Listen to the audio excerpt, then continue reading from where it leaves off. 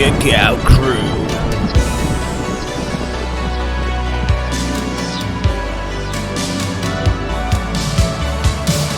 James L. Corey.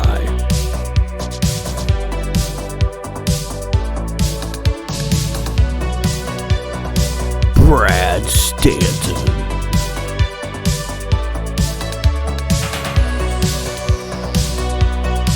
Coach Rosie.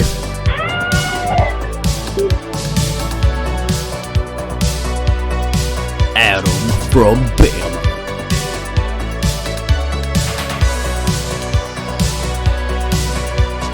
Mike Whitaker.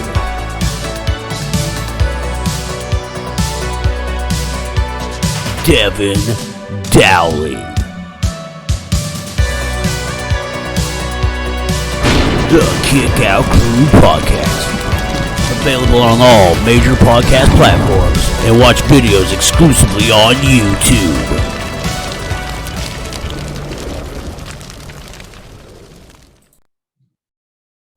Fuck yeah! Welcome to episode 33. Sorry, I've been told that I cuss enough.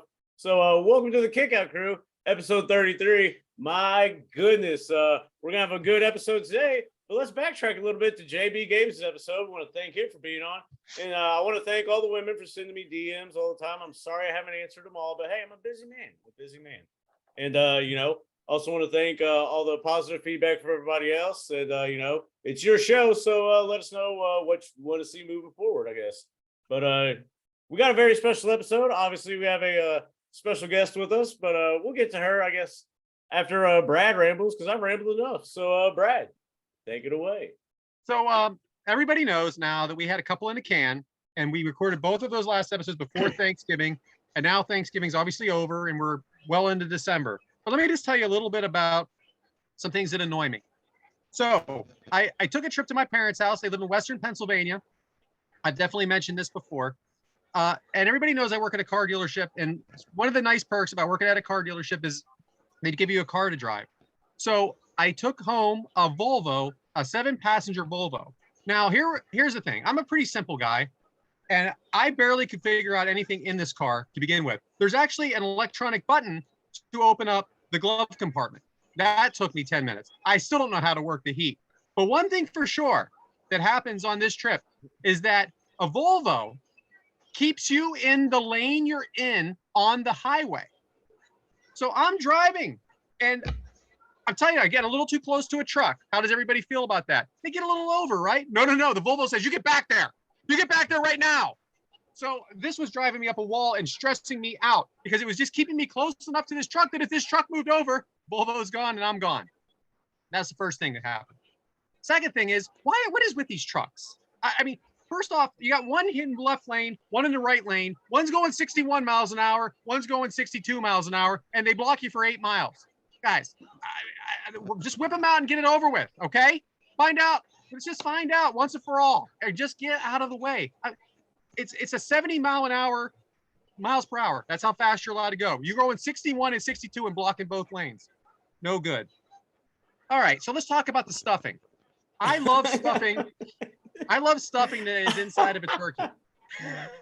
Inside of a turkey, stuffing is the best stuffing. But I got a question. Now, then I started saying, do I really have a question? Because it is called stuffing.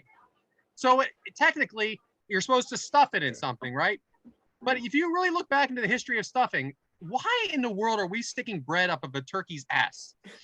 And why is that okay? Why is it so delicious? And whose idea was it? All right, you know what?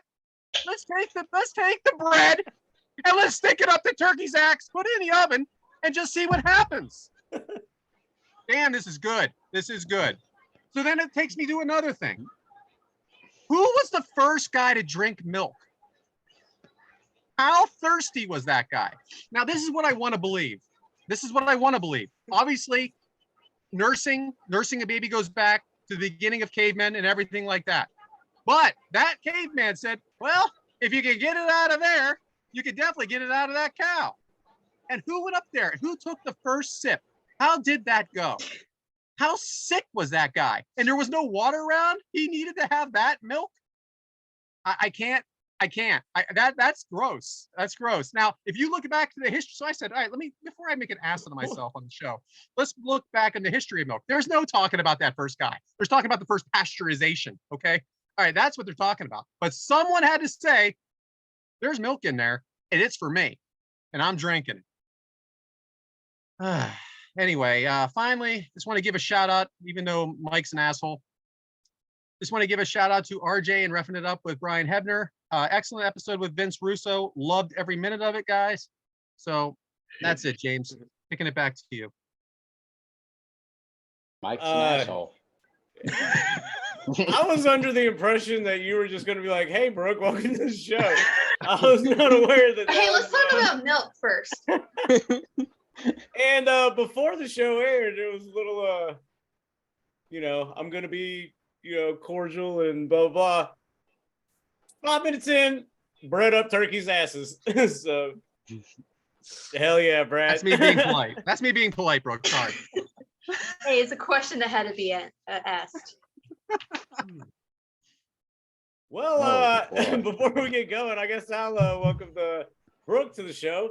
Brooke is from our WHW What Happened When family, and friend of the show, fan of the show, and hell, it's her show anyway. So, Brooke, introduce yourself to the people. What's going on, guys? I have been called the first lady of What Happened When, but no, I'm Brooke. I'm from Shreveport, Louisiana. You may know me as Tony Schiavone's adopted daughter, and has changed my life 100%. I just got back from Thanksgiving with the Schiavones, and it's everything that you think it is. When they say there's drama, oh, there is. There is some drama, and but it was fun. It was Lois is very Lois, and Bug is Bug. Okay, meeting Bug for the first time. Just like, as you can see, he's on my shirt. He's so adorable, but he doesn't want to hang out with anybody but Tony, so that kind of broke my heart. So other than that, we got to go to Wrestle Cave a little bit, and that was Tony he was so nice. He would like introduce us to every single wrestler that was there. So like I got to meet everyone that you can think of. And it was so cool, and I wish I didn't leave. It was that awesome. But yeah, no, there's not much to talk about me. I'm pretty boring. I'm probably the most boring person ever. But I just want to thank James for having me on this show. I didn't think I was worthy enough to be on the show. It's your show. It is the James Elkright show. No, God, do not say that. Please. The opinions expressed, our fans are going to love that. Thank you. James, I just want to say real quick, you are probably, when I met you twice, and you're probably like one of the most genuine, nicest person. You too, Brad. Mike, whatever. No, I'm just kidding. You're awesome too, Mike. And Adam from Bama, he's in his own world. But James, like, you are so nice, and thank you. You're gonna go far in life. I know that much. She was gonna say you need a nice girl, but she changed her mind at the last minute there. DDP, I can be your wing woman. We can make this happen, James. Yeah. But thank you for the kind words. No. These guys pick on me all the time, so it's good to hear some positive. Leave James alone. He's a good guy. Thank you. That's what his dad told us. That's my boy right there. Hearing about it. Yeah, we hear from his dad all the time. Well, welcome to the show, Brooke. Thanks for that. You can come back anytime. You know what I'm saying? Oh, man. Hey, just call. If they're picking on you, just be like, just call me in. I'll swoop right in for you. Thank you. Hell yeah. Appreciate that. Thanks. Can't wait to. We're gonna have fun today for sure. Yeah. Speaking of fun, Devyn, what you got for us this week? All right. So, a lady that I work with, her father he plays lottery tickets all the time. He's one of those people that every time he goes in a grocery store, he's coming out with a handful of them. So, the other day, he spent $2 and won $5,000 on a lottery ticket. Okay. I want to up it a little Nice. bit. If you guys were to play a lottery ticket and win $1 million, what would you do with the $1 million? Quit my job and flip off everyone on the way out. Straight up. And then I'm telling- hope that I have something to sustain that money. for Right. the rest of my time. Yeah, million's not a lot. Like It's plenty. enough. It's not a lot to live on forever, Yeah. obviously. It I definitely don't- changed my life post show. Yeah, things would Mm. definitely be different. I probably would still go to work the next day. Yeah. I just hate my job though, so that's the thing. Oh, Like I would you just have go no there idea. double fucking everybody.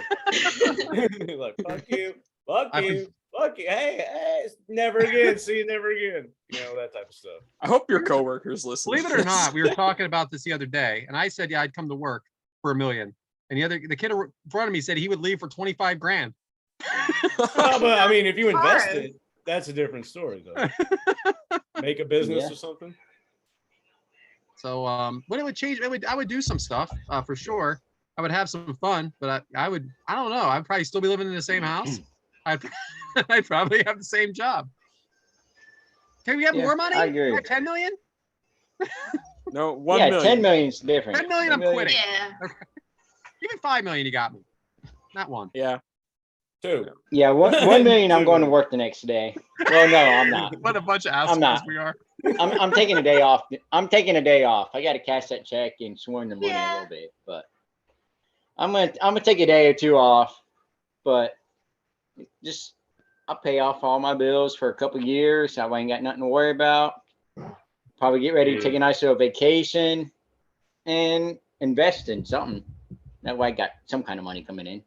Man, we are old. We are You're freaking smart. old. I am. Oh man, I do We're that old. too. I would Very open up a wise business. decisions, young man. Very God wise. damn it. Oh, that's it. I'd buy a couple nice sweaters, you know. What you broke? What you got for $1 million? Oh man, I tell you, honestly, I would donate a lot to the animal rescues. That's like a big thing to me. Like I would pay off my debt, like get a new car, but I would do a lot for like animal rescues around Shreveport. That's awesome. Yeah. Yeah. Adam, you gonna join us today, or you gonna I answer? any mean, questions? can y'all not hear me? I can now. We Yeah, haven't we can talked hear you. yet, so Okay, well, I'd give. Are you I'd give it driving to or charity. walking? I'd give it all to Mm. charity. The entire million? No, I'm just kidding. I wouldn't do that. I'd keep half. I'm just gonna And give- sprinkle it on charities. Yeah. I'd give half to my kids, and I keep the other half. No, there you go. tell them to get the hell out, huh? Go play your own basketball games. Leave me alone. And hopefully nobody comes over to watch a pay-per-view that's gonna interrupt you. Yeah, right. That's a callback, We huh? know what Right. happens when that happens. Oh, man. Fun editing that one for sure. And no more graduations either. Okay. Dropping out of school right now. Well, I don't mind if anybody else graduates. I'm just not going to go participate because it makes me late for recording. Who's graduating There in December 1st? Probably Mike, one of Mike's kids. I don't know what we're talking about. Right. I don't know where it goes. I'm Dang, talking that about my rant I did driving yeah. home that day. That was a long time ago. Callback. Yeah. for Yeah. sure. Well, if I had $1 million, I would I'd probably do much like Mike and go back to school. Or I'd give it to go back Sammy work the next Guevara day. because he's my favorite. I love Sammy Guevara. No. I'd go back to work the next day. I'd invest a lot of it. I'd pay off all my bills, my debt that I got right now, and probably go back to school, get another degree, and keep going. Get all the degrees, huh? I'm only halfway through 2, so I kind of want to go back. Hell yeah, anyways. that's one total, Exactly. Yeah, right. I need to know now. 5 equals 1. What are the degrees that you're halfway through? Halfway through sports management and halfway through electrical engineering. Okay. Awesome. Oh, there you Two go. completely Yeah. different things. Are you gonna have to use computers in your electrical engineering? Yeah, somewhat. All right. Ooh, man. Good luck. Is that gonna be your learning curve? The computer? Maybe we'll have Tyler take some of those classes for you. Yeah, for real. Yeah. Tyler will have to do my homework, but yeah, that's just she was telling me about her father winning a lottery ticket, so it made me think of this topic, but I thought it'd be fun to talk about. So back to you, James. Oh, well, hey, that was always like what ifs if you know, the sum is money and all that stuff, because you know, yeah. Yeah, I get it. I don't even have one comma, let alone having two would be pretty awesome. I only have one comma. I didn't mean laugh it. But yeah, shout out to Tyler for making us look stupid during that Adam episode. That was fun, right? We all just like, hey. Yeah, and guess what? I said this week, and guess what? It's not. So again, Tyler has dropped the ball. Yeah, Merry Christmas, motherfucker. Yeah. Anyway, back to the show. Yeah, happy holidays. Yeah, fuck off. Thanks, Tyler. For real. You're gonna be a man someday. Might as well make it today. Time's of the essence, Tyler.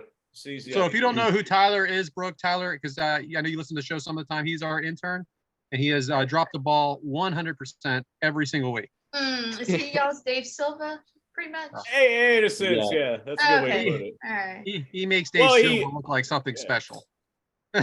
He's supposed to be our Dave Silva. I just love that you guys have an intern. Like, he's more like our really Matt going Coon, places. you know?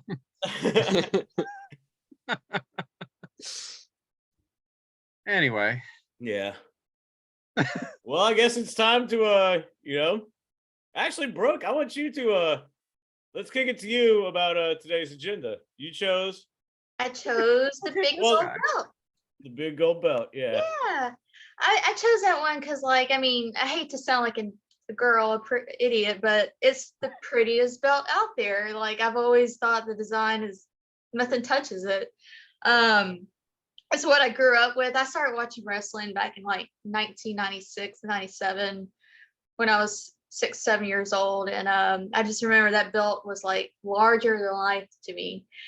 And when I think of the belt, I'm going to get hate for this, but I don't think of Flair. I think of Goldberg and like Hogan when they had it in WCW. Brad, I know. No, not me. Mike. It's Mike. I'm just going to go ahead and say this. Y'all are going to hate me, probably kick me out of the show. I hate Ric Flair with a passion. Like, I know. Woo! I grew up. Adam came back to the show for that. Oh, wow. You don't even He's want on to hear mute. me go on a rant about I'm Ric like Flair. sweating. What?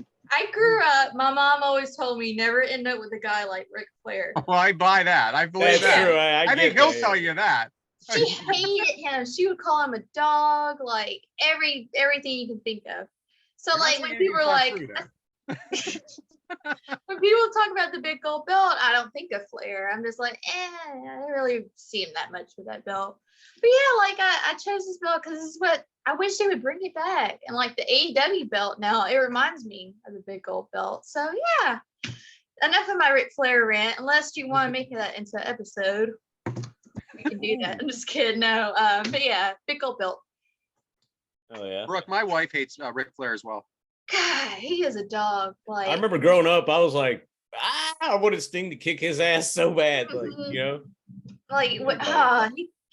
Okay, I'm not gonna get into rant. I could. Did you go to Patrick hears it all the the time. Rick stuff? Did you go to the Rick stuff Top Guy weekend, or did you skip it? I went because All right. Patrick that's his favorite wrestler. Oh, Yeah. We have fun with that. But no, when Rick was doing his thing, he was like, "Oh, I'm gonna outlive all my ex-wives." I'm like, "You son of a bitch!" Like, I can't stand you. But yeah, I get a lot of flack for hating on Ricky. But I did get sad when I thought he was gonna die. I got sad for a second. So there's hope. There's hope for him. wow! Yeah. One of the nicest thing that's ever been said. I got a little sad when I I thought got he a was little going to die. But yeah, so today's agenda is the big gold belt. So kick it over to Brad Mike and you know. Well, I don't need to say anything because Brooke said it great. So, Yeah. Mike, just give us a little bit of history of the big goal. A little bit. I got a full page of this shit All right. because Well, it was all over. I'll do it quick though. All right. So the WCW World Title came in January 1991 when Ric Flair defeated Sting to win the NWA World Heavyweight Title, but it was recognized as the WCW World Heavyweight Title. Flair would leave WCW July 1st of 91 over creative disagreement with Jim Herd and go to WWF and he would take the big gold with him.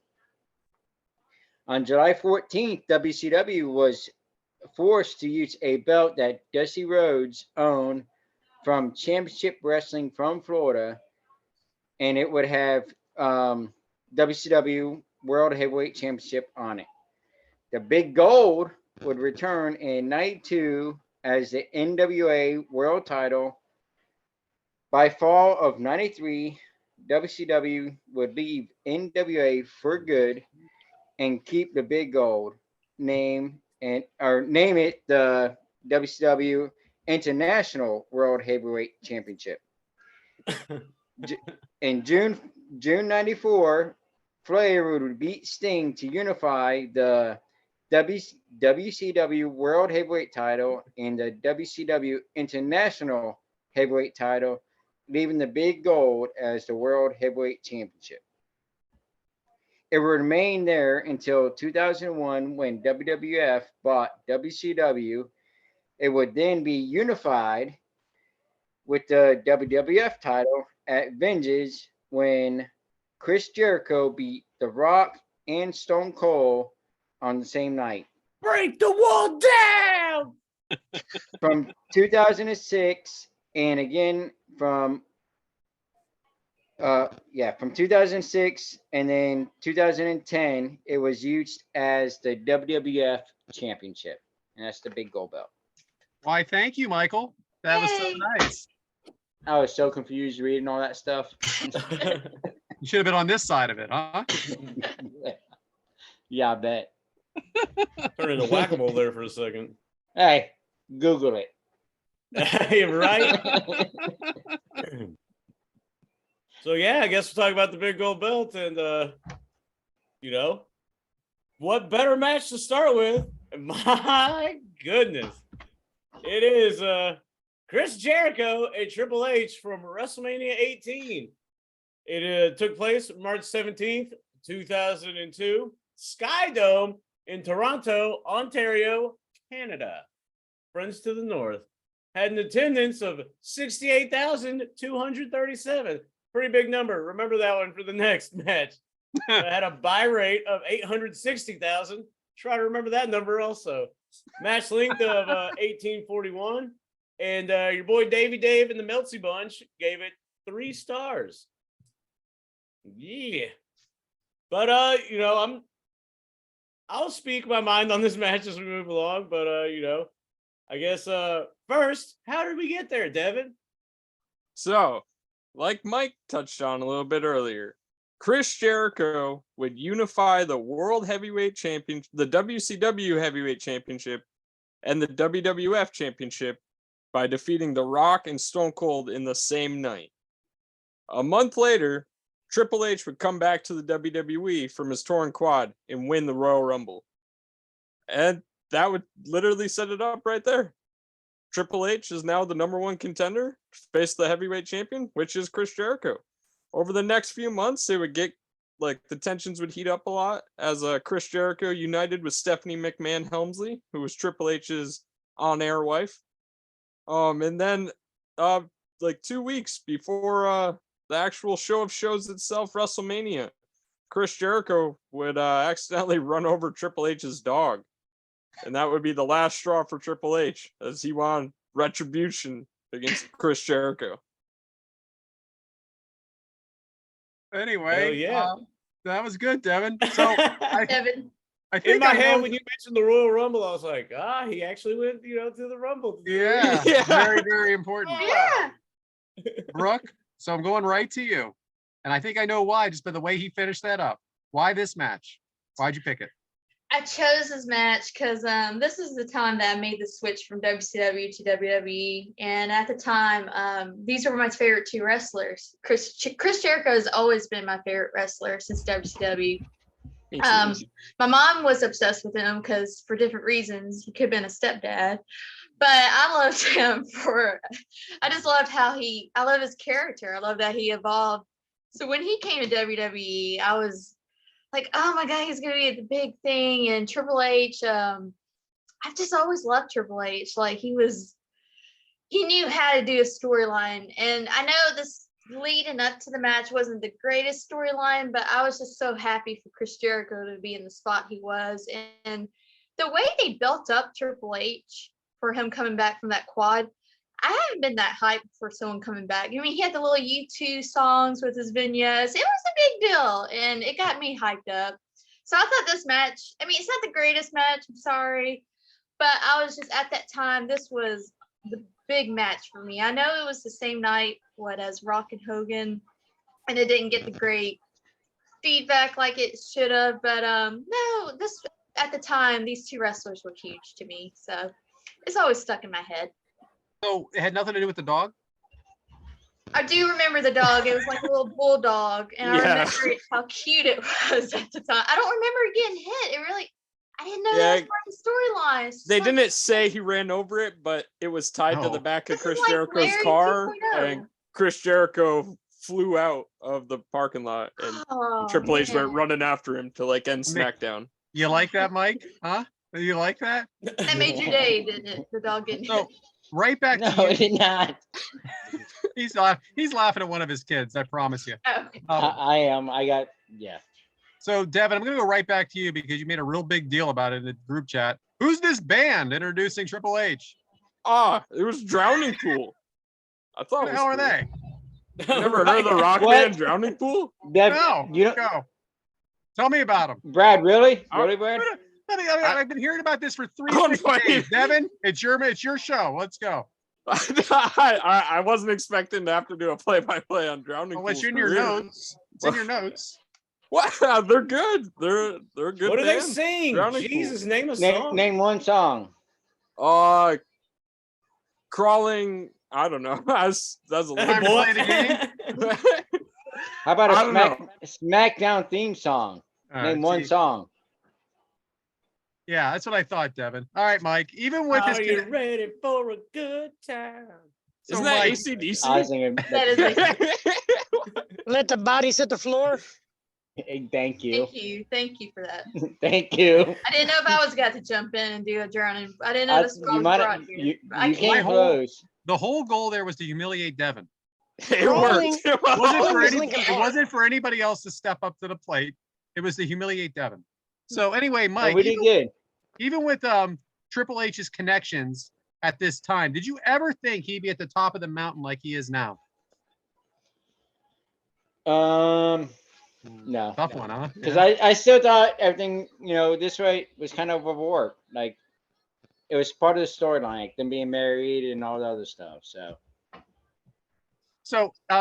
Triple H always comes out and he has the water and he spits it out. I just want to know if anybody remembers this. The first night at the Performance Center during COVID, Triple H comes out Yes. to no fans. All right, so everybody remembers with And the water bottle, and then the and they guy took with it the from him. mask takes it off him. That was just so great. I don't know why I thought of that, but it was one of those we didn't know what we were getting into moments. Obviously 2 years went by after that, but anyway, it was funny. Adam, why is there so much hate for Triple H though? Because he was the cerebral assassin. He is known as the top bad guy. And plus, that's how they portrayed him on commentary. Plus, everybody hates the best.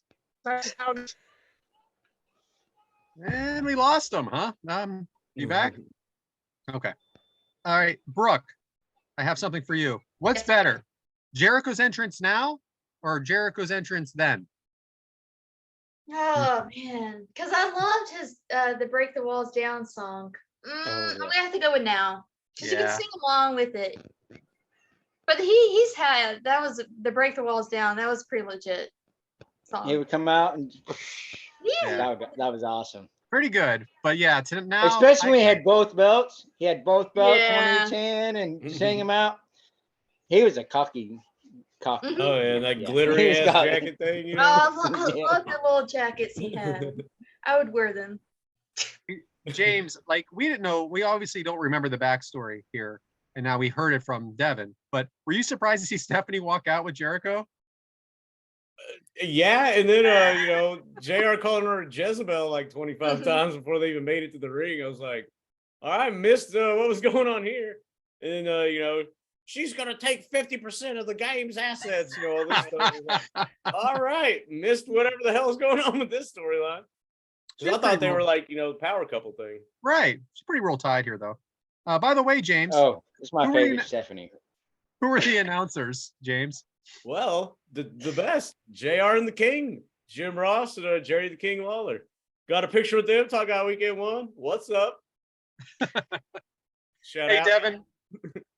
Devyn, Brooke already brought this up, but I'm gonna mention it again because it is worth mentioning because of the night this is. This is the same night as Rock Hogan.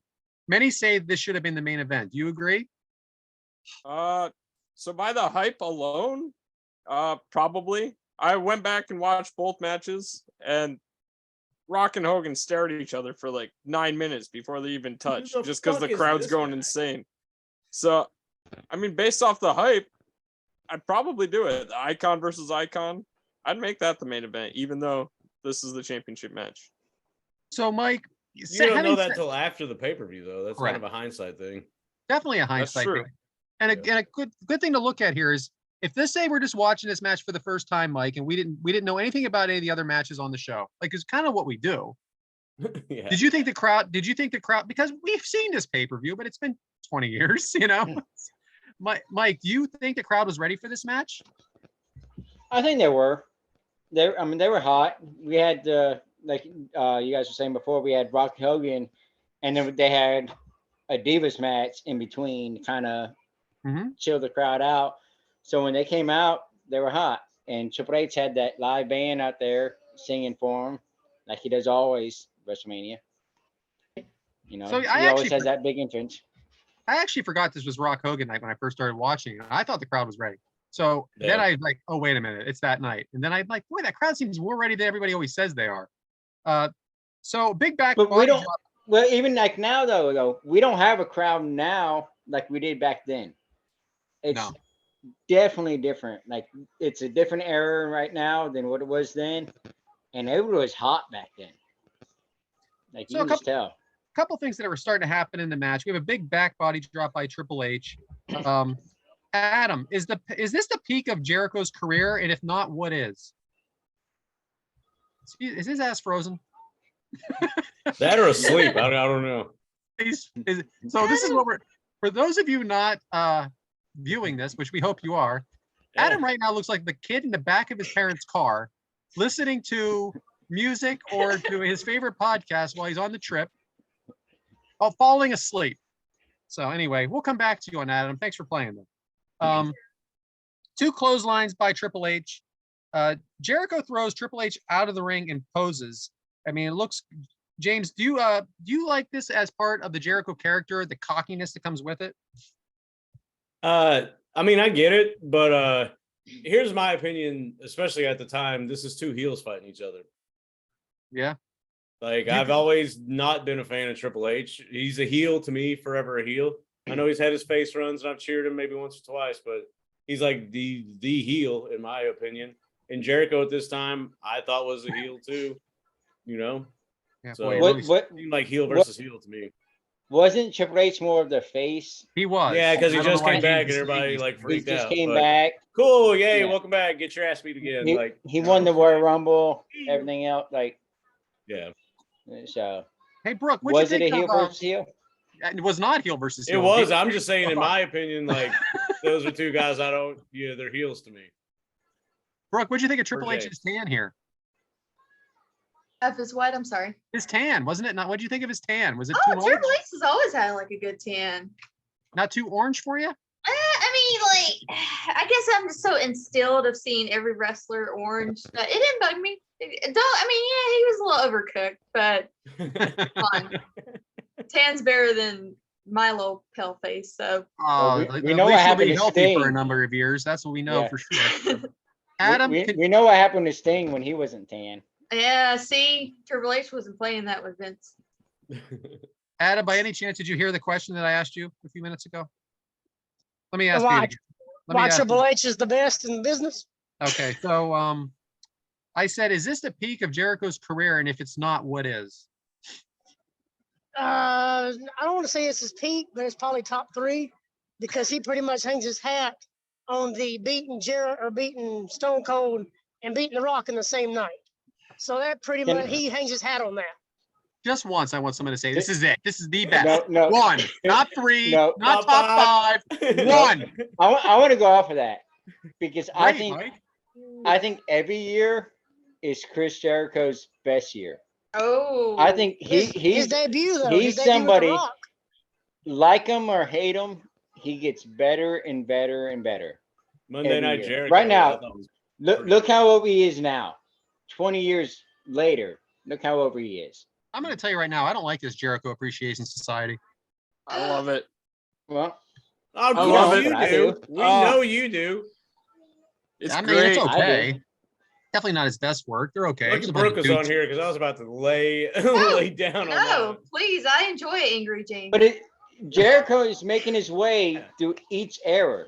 He is. Like He's a in big '96, he was doing Jericho. Yeah, Monday and Night Jericho. 2006. Jericho's Lionheart. Jericho. Whatever. Yeah. I like the last faction he was in. You know it, right, Devin? Yeah, Anyway. the inner circle. There it is. Okay. Triple H throws Where Jericho you let off the Sammy top go? Oh, never mind. onto the outside of the suplex. Devin, was it too soon to get this Spanish announce table involved? They're getting it ready for later. It's never late. It's never a bad thing to prepare for later in the match. Mike, are you a fan of Look at that. Stephanie's raspy voice here, or is she just pretending to be her dad? What is going on Like in this era, right? in this Like, match? I am 100% fan of Stephanie McMahon no matter Oh, what. She can scream at me God. all she wants. Man, I'm I'm glad good I with didn't it. put her in it. We're not doing FMKs today, Brooke. I'm sorry, I can't do it with you here. We're good. We're Let's good skip on this that. one. I need a week off. I'm from it saying anyway. my Wait. favorite Stephanie McMahon is this era right here. All right. That Well, she perm, looked pretty how's good. it She going? looked good. Yeah, she got a new asset. Yeah, I She mean, really had those gimmicks out there, didn't she? Nice. Adam, we have 20, this was 20 years ago. So I was, what, 16, 17 years old? Well, I hope somebody paid her top overtime to hold those gimmicks in place. Hey now. There you go. Waka Waka Waka. Adam, Jericho focusing on the leg. Do you like this strategy, focusing on a body part? Oh, 100%, because it sets up for your Walls of Jericho, or especially like with DDP, always wrapping his ribs. Everybody's focused on the ribs. So that's what you do. I mean, because you'll notice later on, Triple H was the same thing. Great. Bye. James, So James, notice, there's one point in the match. Oh, he's back. You'll see where he does the figure 4 on the pole. Sorry. Ooh, yeah. I'll be at the game here shortly. But there's one point in the match where the figure 4 is wrapped around the wrestling post. And they deliberately show Triple H and Chris Jericho at each other doing that. That's what I said. I agree with you. I thought it was Dig of Bret Hart. James, I can't believe this is in here. I swear, I don't plan this. James, do you like Triple H better as a babyface or a heel? Oh, well. Anyway, I'm just saying, man, he's been like out of the reign of terror and all that stuff. Like, it really turned me off on him. And then obviously he was the authority, so he was like a heel again. You know what I'm saying? Heel. Yeah. He's been the heel. Yeah. So, Brooke, Earl Hebner is a referee here. And I've asked this on last week's show, but I'm going to ask you, should he be in the Hall of Fame? Yeah, definitely. Is any refs in the Hall of Fame? No, that's what Yeah. we're getting at. He definitely should be in the Hall of Fame. Like, how many refs can you like? He's one of the mainstream refs, like that you can just name off. So, yeah, he should definitely be there. I think he's the ref I think about when I think of a ref. Exactly. I was about to say the same thing when somebody says like WWE referees. Oh, Hebner. Oh, Like, Hebner? that's like everybody's. And of first course, no offense to our boy Mike Chioda. I'm just saying it. I think Mike Chioda would agree, actually. So name. Yeah. he's not really, I don't think he gets too worked up about it. Triple H sweeping the leg of Jericho. Devin, where did Triple H get the name the game? I believe that it was an Owen Hart gimmick that Triple H kind of ripped off and stole for himself. Is that your final answer? I think so. Because Mike Bobert's watching. You know, and Yins are always watching up there in Pittsburgh. Oh, believe me, I got some yins talking the next match. Don't worry. Figure 4 by Triple H, broken up by Stephanie. Triple H pulls her up by the hair.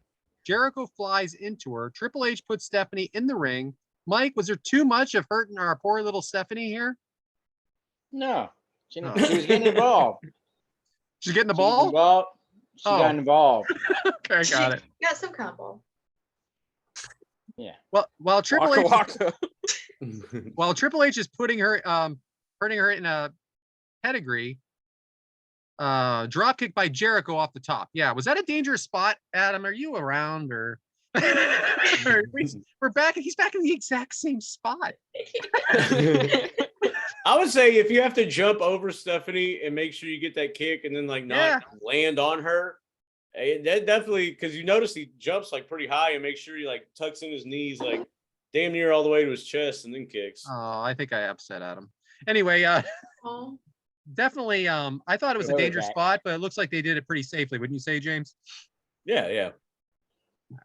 So Stephanie kicking Triple H outside in the leg. Brooke, what do you think of Jericho and Triple H's in-ring chemistry at this point? It could have been better. Woo-wee! Yeah, like I remember I watched that it. match and like in my head I built it up so much because of Triple H's return, but I wish it could have been better.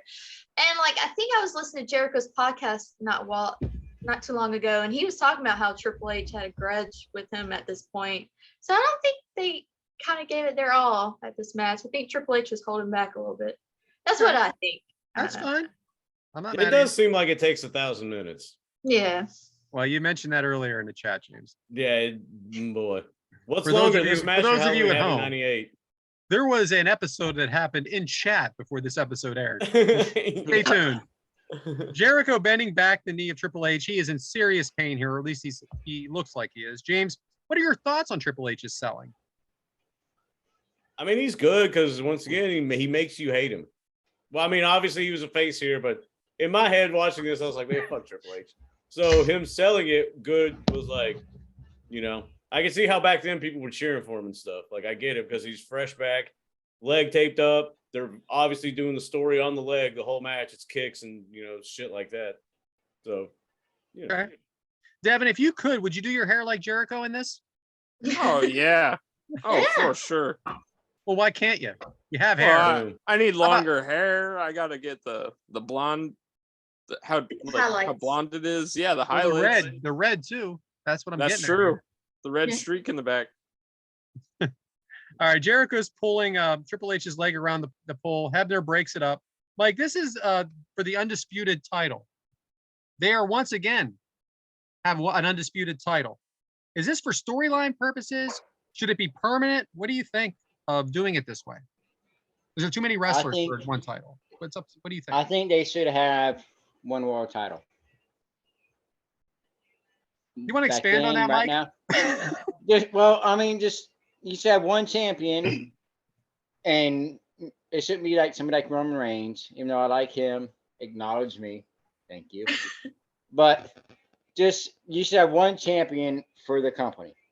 You don't need one for Raw, one for SmackDown, one for NXT, one for the Thursday night Thunder that they have, whatever. You just need one world title. Yeah. Just one world champion and have that one. So like when they put them both together, I like it. When they have separate ones, I don't like it. Jericho torturing Triple H and insulting him, grabbing the rope, dropping the rope, grabbing the rope, dropping the rope. Adam, how much of this are they calling in the ring, do you think? I don't think they're calling a lot of it because they're two very good professionals. They've been in the business 15 years at the time. I think just maybe a couple of spots here and there. And I can tell you when they do it, but I'm not going to. Okay. Thank you, Adam. Brooke, so Triple H definitely has a move set. Kind of like John Cena for years has been tortured by his 5 moves of doom. But it's not unusual. Ric Flair has it, your favorite wrestler of all time. I know, right? And And now, you Yes, can see that sir. Triple H has it. Do you think Hey, that's important? Goldberg has 2 moves to do him. What the fuck, dude? He's like, hey, in case you didn't know. Yeah, gotta get the. Yeah, You're like Goldberg Bret has 2 Hartness moves, right that's now it. with this Goldberg talk. I Yeah, can't wait that- for that Goldberg to that just third blow on you move- and kick your ass. Anyway, Brooke, do you think they Okay. should have a moveset like that? Or do you think they should mix it up more? Do you think it's important? Do you think it gets the crowd wound up? What do you think? I think it's good to have a certain, like, okay, as much as I hate Ric Flair, when he did his little falling on his face or getting that was very annoying, but it got the crowd going. Like, I think they should have a certain moveset. Like, I know a lot of these wrestlers nowadays, they like to flip flop and blah, blah, blah, all that stuff, but you gotta have a certain moveset because, I mean, I can't keep up with new stuff every week. I mean, it's cool. It's cool to incorporate it, but, like, yeah, you need to have a certain style. Like, I think that's very important to have. I think I'm about to open up a can of worms here because I'm going off script. Are you into all these super kicks? To a certain extent. I tell you what I hate. Let me go on a little rant. It's when they slap each other on the chest and they just keep slapping each other. And I'm like, why? Like, it's just, I Man, you feel- really hate Ric Flair. You hate the chops. It's- I told you, my wife hates him Patrick too. does. He knows how much I hate him. And every day he'll find like a Ric Flair smoking weed with Tyson gif and just send it to me like constantly on the hour. And I'm just like, I'm gonna block you. 'Cause yeah. Maybe we'll make that into another episode, my hatred for Ric Flair. I wish I would have known a little more of that I'm up down front. for it. Hey James, why did Hey, the crowd Brad. why did the crowd get so quiet here? They Oh, really what part? did. Well, go ahead. I know how you feel about this match, so go ahead and say it. Oh, well, probably because they realized it was actually sunrise the next day and they were still watching it. That's what I was Yeah. looking for. Because I even in my love- notes, like probably a good halfway through them, this match feels like it's been 1,000 minutes. Yeah. And then it still goes, this is before the chair like happened, you know? So Jericho throws Triple H over the ring post. It looks absolutely perfect. Jericho tried to put the walls of Jericho on Triple H on the announce table. Devyn, has he ever put the walls on a competitor the first time he tries it in a match? No. Normally the first time he goes for it, it's reverse, and he's got to try to go back to it. But talking about this walls of Jericho on the announcer's table, in the match that that Triple H actually tore his quad in, Chris Jericho did that same move, putting the walls of Jericho on Triple H on the announcer's table. So it's kind of like a callback to that, I feel. Awesome. that Very move ready right for there. that question, Devyn. I'm very There proud of you you go. right now. And that was after he got injured. Yeah. So, True. Mike, It was. Mike, Triple H tries to put Jericho in the pedigree. Jericho reverses it and does a back body drop through the Spanish announce table. Now, can I ask you, Mike, why was this an obvious move? Did you see why this was an obvious move? Yeah, because the Spanish announcing table was right there. No, come on, man. I thought you had it. They were already standing up. Well, but it was He the gonna Spanish reverse announce into it. table. You knew the Spanish announce table is going to get crashed through. I'm just saying that the guys were already standing away from the damn table. The other announcers are Oh. standing right next to these guys. Yeah, I No didn't pay that problem. much attention. I know. I caught it and I knew I was going to mess you up on it. So And we know JR does not like his table crash, so no, he it's does not not. going to crash. How that is he much. supposed to look at? He needs those monitors. He needs a monitor. For what reason? I don't know. You're 10 feet from the ring. He calls it Sure, like what we sucks? see it, man. It's on a delay, everything. Yeah. All right, I got you, James. Not Because bad, they were Brad. all right. Lion Salt by Jericho. Adam, okay, we'll come back to you, Adam. 2 walls of Jericho's now blocked. Another pedigree blocked. Finally, Jericho puts Triple H in the walls. When Jericho pulled Triple H away from the rope, keeping him in the walls. Did you think that was it, James? When he had him in the walls of Jericho and then pulled him away from the ropes and got him back in the middle of the ring. Did you think that was the end of it? Yeah, normally that is kind of how they do that. They reach and reach, and pull back, tap, tap, tap, tap, tap, tap, tap. Usually comes like right after that. Yeah. Adam, are you there? Adam. So anyway, Brooke, are you more of a fan of submissions or pins? Pins. Okay, I why? don't know why submissions just bore me. Just Really? yeah, like I just I feel like that takes 1,000 minutes. Like it's not the same as a 1, 2, 3. I feel like that hypes you up more. But submissions, not for me. I'll tell you which one. We've talked about this match. Well, we haven't actually talked about the matches. When Daniel Bryan had Batista tap in WrestleMania 30, that was one of those moments for me that I thought the submission was a little better. But I get it. So finally, Triple H gets to the ropes. Jericho thought he actually tapped out. Jericho grabs a chair. Stephanie's distracting Hebner. Triple H kicks the chair into Jericho's face. DDT on the chair by Triple H. Devyn, should that have been it? I thought it was close. I don't know. It was a good spot for sure. Definitely. Hebner grabs a chair out of Stephanie's hand. Triple H and Stephanie face to face. Then he puts her in a pedigree, and he actually does it. Brooke, was this too much here? Would you let Patrick give you a pedigree for the right price and the right Let me tell you something. If Patrick did that to me, I made one call to Tony, and Patrick would be no more. I really do have that written here. Jericho a chair to Triple H. Can you imagine Wardlow showing up like, you Patrick? Like big yoked out dude. Quick story real quick. At the WrestleCade, Patrick was going around saying he was Wardlow, and Tony caught him saying that. And so he's like, I'm gonna call Wardlow right now and end this right now. And Patrick got so scared and was like, I'm sorry. Patrick is so nice. I walked by him and he just told me, he goes, yeah, we just went to what was it, Whole Foods or Trader Joe's or something? Yeah. And where were you guys up at 6 a.m.? Oh yeah, we wake up early birds. Like I'm just getting out of bed, I'm running into walls, and here's Patrick, chipper as can be, 2 bags with him. Hey guys, how we doing? I already had breakfast and lunch. Yeah. Right. And I'm like, I look like death went over twice, and I'm already ugly as it is. So anyway, Jericho chair to Triple H, kick out at 2. Mike, was there too many false finishes? Yeah. So Adam, crowd No. Mike, Yes. I don't care how you answer it. Is it yes or no? I just want to know when I'm allowed to start talking again. That's all. Yeah, there's too many false. But you know it's gonna happen. No, I don't. It always happens. What happens? There's a false finish. Oh, I just don't know when they're going to stop happening. If we want to go back World title match. Full Gear a couple of weeks ago, I really did not know when that Jamie Hayter, Tony Storm match was going to end. I did not know because it was that many. I felt every one of those. Any one of those, it could have been, and it could have ended, and I would have been satisfied. So do you like it, or do you not like it? I like false finishes, but I think there's got to be an end to it.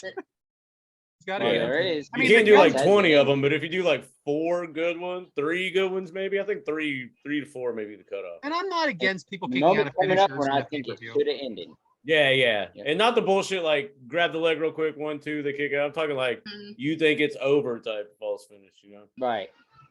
So the crowd goes ballistic for Triple H hitting the pedigree. James, did you think the crowd knew this was actually it? It was the hottest they were. Like, honestly, you know, if it wasn't like if they would have kept going, it would have been really hard to, you know, do a couple more move sets and then get back to that point again. I mean, they knew. To me, they's like, wow, what? Yeah, I mean, that crowd goes ape shit for the finisher. You know? Devyn, was JR was going nuts here. Was he at his best? Oh, JR was on top of his game right here. This is one of the greatest WrestleManias with the greatest commentators of all time. Like it was on top of it for sure. Devyn, did you watch this entire pay-per-view? Yeah, I did. Son of a bitch. Did From you watch RVD versus William Regal to Triple H versus Chris Jericho. Did you watch Raw after this pay-per-view? I did not. How about this? Did you watch Raw on Monday?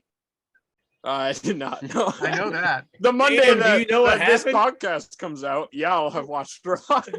So quick story about Devyn. He sends a text to us yesterday and asks if we could give him a quick recap of what happened on Raw on Monday. Us. Like, well, okay. Step 1. Step 2. Yeah. Cold open. Too bad there's not a device out there. Now, forever. Like, seriously, man. Yeah, let me quit my job. All right. And go through a 3-hour show with you. Video I don't montage of the logo happens. It spins into frame, displaying the logo. The word then appears and disappears. Now appears and disappears. I meant like, did Seth Rollins get a rematch? Like, what is going on? We didn't know what Like, you wanted. You're like, how about a you guys recap? are just like, Yeah. Google it. Did y'all watch Google Raw? it. Sorry. What happened in Raw last night? What an asshole. Anyway, All right, Go to Richard, Twitter. back to you. Brooke was. Did you think the referee was too much involved in this match? Even though we said we like Hebner, was there too much of him in this match? Yeah, sometimes like I mean, I kind of like it when the ref's just a background person. I don't like it when they're the main, unless you're like a celebrity ref or like a wrestler being a ref. I think you should just always be a background player. Unless you're screwing over Bret Hart, you gotta play a big part. But He other did, than right? that, we won't. That's a different episode. But no, They I don't love like talking about it to Hebner. They love it. I still like it when refs are too involved. So you don't Celebration. like it when like they start pushing the wrestlers and Not really. I mean, if they're enforcing the rules like they're supposed to, that's cool. But I won't. There's a certain referee now that I just, they're too involved. I won't say what company, but it just drives me nuts. Like you're not. It's not about you. But I should don't say think what company it is. AEW. Aubrey AEW. Edwards. Look who's here. Look who's here. Adam from Bama. Welcome to the show. we heard it.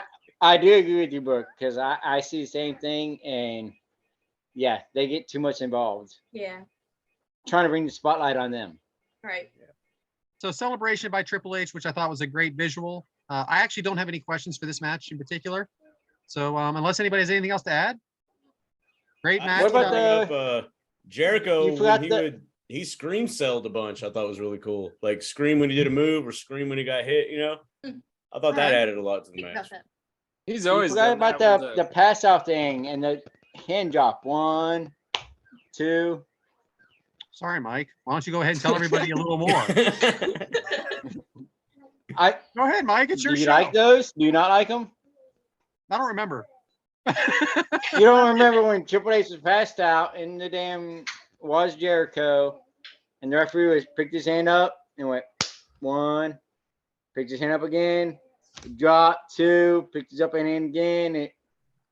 Has Damn that ever true. worked? Has it ever dropped to a third and someone lost? I don't think Hey, so. No, Man. but I think it should. I think it should. The I hell are wish you they would trying to do that pull here, more. Devin? Huh? What are you trying to pull here? I know a guy that, for the Bulk it power up, of the baby. Hulkamaniacs, he was able to, get out of that sleep. What if that 3 happened? What would you guys do? Like right now, if something happened Right now? on next week on Monday Night Raw, something I like that won't watch happened. They did a whole hand thing and it dropped down to 3. Would that not be something different? I think it would depend on who the competitors were. It's If happened. Bobby Lashley, who's talking? Daft Yeah, Punk right. chimed into the Zoom real quick. I go ahead. I like it. I like that whole thing, but I think they should do more of the actual 3 coming down. Go through with it. Yeah. I think you would with someone like Bobby Lashley, with maybe, Yeah, I was about to say, I think I've seen it. Yeah. Not recent, but within the past year or two. I know I've seen somebody like they've called it because of, like passing out or something like that. Yeah. Right. I think they should have more of it. Like I would like that as a third option. Yeah, your pin, well- your submission, and the pass out. I agree. Let's send a letter in. Right? Self I stamp. got Triple H's phone number, so I'm gonna call him up after I get done with this and tell him, hey, I'm sure he's never you thought run of this it. shit? Yeah, no. All right, back to you, James. Hell yeah. Well, boy, hey, at least the second match gets better. does? Yeah. Yeah, But we're yeah, not there that- yet, though, Brooke. We're not there yet. You're welcome. For Yeah. that. No doubt. I had to I hear like about it how, all day. I'll give a shout out to our boy Adam on this one. Longest match in the world with the quickest ending. You know? Yeah, that ending was garbage. Yeah, it went too fast. But yeah, that is So do we have no questions about that? Not for huh? that. Not for that episode. Not for that match. No. Well, they probably didn't finish the whole match when they watched it to give us questions. They passed out. But if you look at the outline, you know who's next. So, Nope. Oh, wait, I gotta look at the outline. What's that? Adam, take it away. Can we post the outline? It's on there. Give me just a second. We're parking. All right, go ahead, Mike. You printed out the Oh, is it outline? my turn? Look at Brooke, man. Yeah, I made notes. Our guests Brooke, are a lot better I at did this too, than we are. Every time I have a guest on, they're like just like this is a Yeah, professional. they take it more seriously than some of the hosts, huh? Yeah, I told right? someone at work Yeah. I was on a podcast. Nice. Is it my turn? Sure, Mike. You know, we'll go Okay. with you, Mike. Yeah.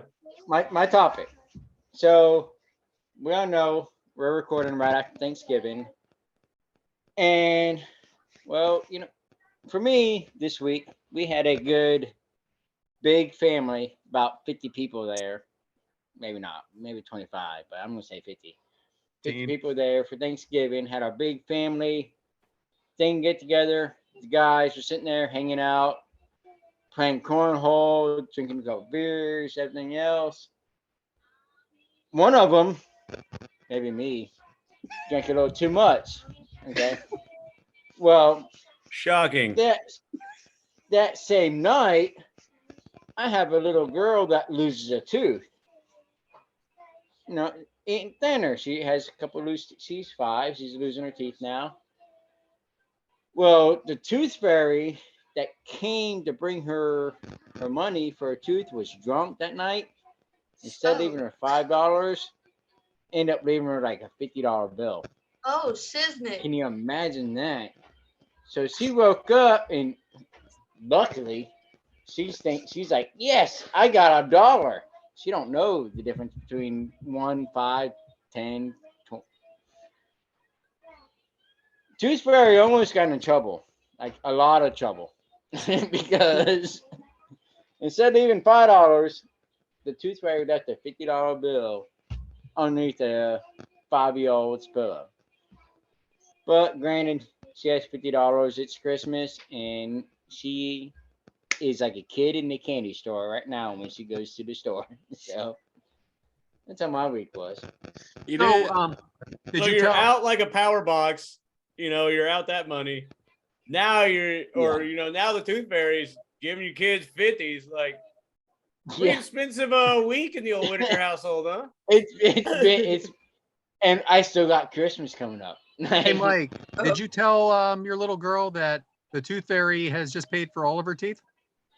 Yeah, kind of. I mean, because next Well, I'm making a couple one-time investment.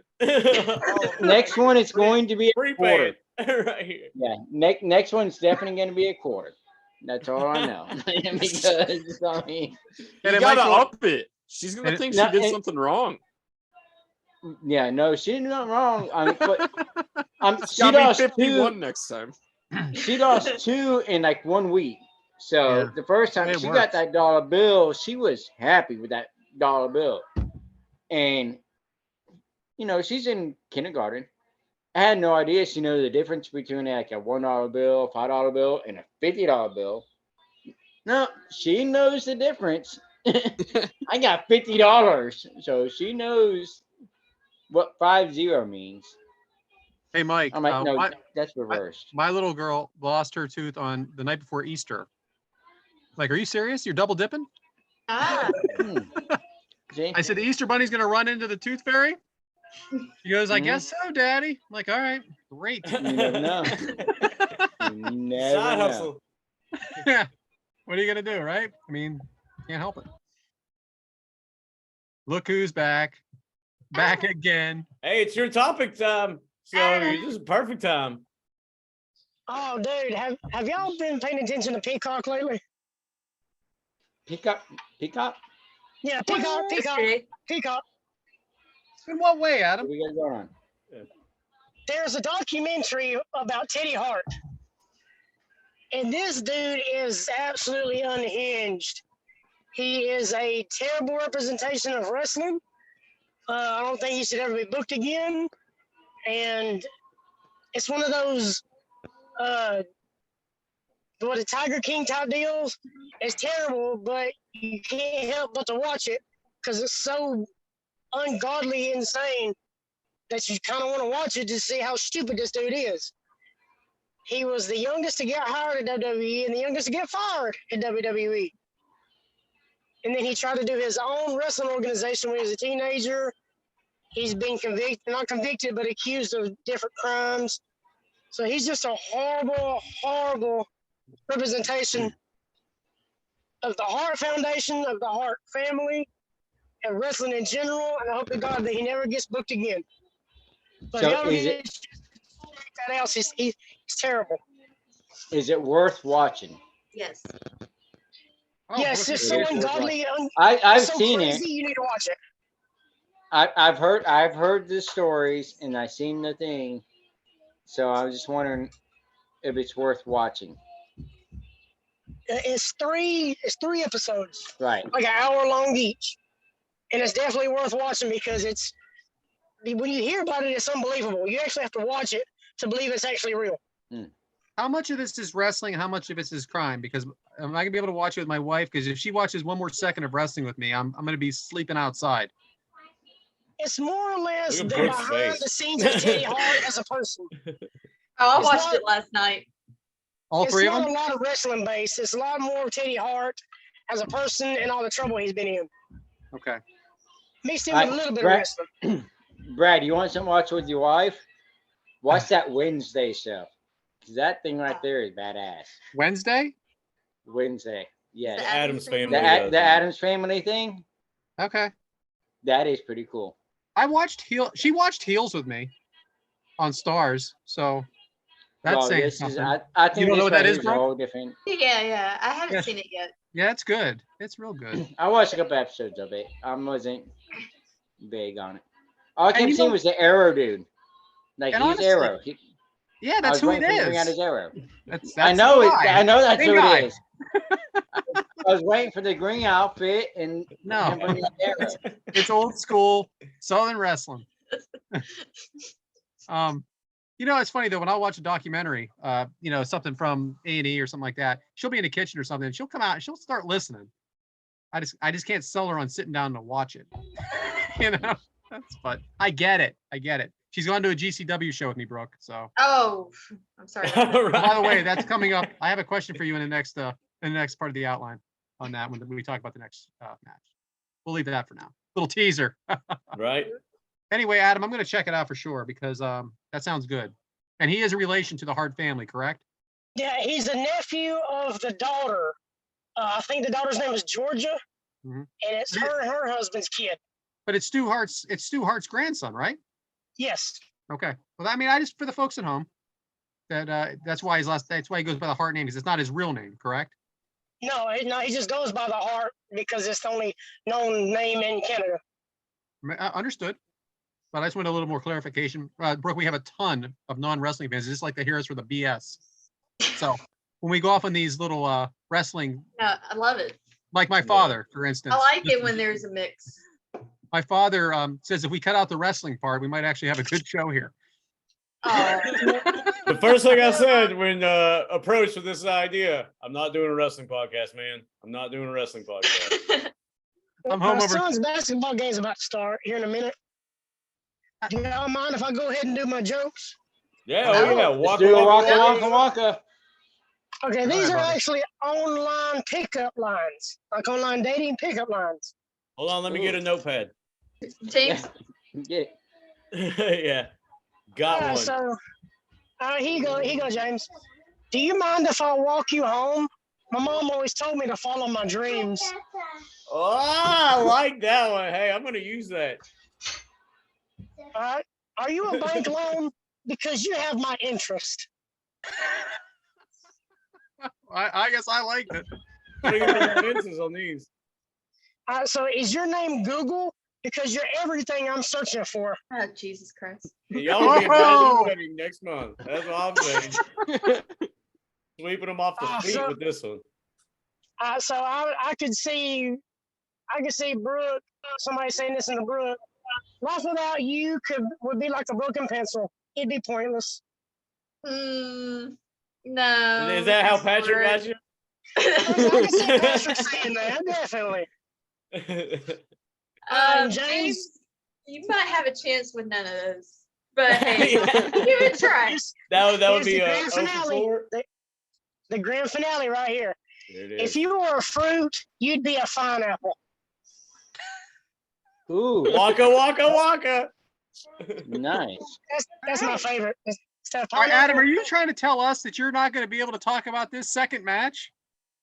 Oh, no. God. Is that what you're trying to say? We He need the did wrestlers' it. input on the second match. All right, well, You we'll let did you... this on purpose. Yeah. I'll give you a couple minutes. Go ahead. No, that's all right. We'll come back No, to you. you- No, you're Yeah, good, man. yeah, I'm just doing man. shit. Do your They- thing, they- buddy. They gotta do warm-ups real quick anyway, so I got about 10 minutes. Oh, Give it to me, geez. sir. I think he wants to go off the outline. Yeah. So what are we doing? We're going to skip It's up ahead to and go you. back It's up to y'all. Ahead guys. to what? to the second match, and we'll skip Oh, baby. So we're bringing the main event to the middle Yeah. of the show. I'm sweating with this outline not being in order. I know. I can't wait to. I know where we're at, though. You know how hard Brad works on this I'm a professional. drive? All these notes Yeah. for the Brad first do match this I didn't get to do. Yeah. Yeah. Look, there you go. What is he doing? I'll give you 100% fully disclosure. James does absolutely zero work for the show. So That's now why- I'm you're the Brad, That's why and nobody Devyn does cares if there's backstory matches stuff. by Tuesday, Wednesday, or Sunday, because I'm the only one that writes this shit down. That is also true. Yeah, Brad is And the the guy. matches that- by what Thursday time? morning. What do What are I the care? matches? What time? What? If it wasn't for Brad, we would not have a show. I got a 100% true. full page of notes right here. What y'all talking about? So it is Brad's show. Like all the fans want. Shout out to certain people. So I Brad started show. sweating, so I put a sweatshirt on, and we just wasted 2 of the 10 minutes. No, there ain't no way in fuck. Hell, I can't even get through the intro in 10 minutes. We definitely can't go to the outro.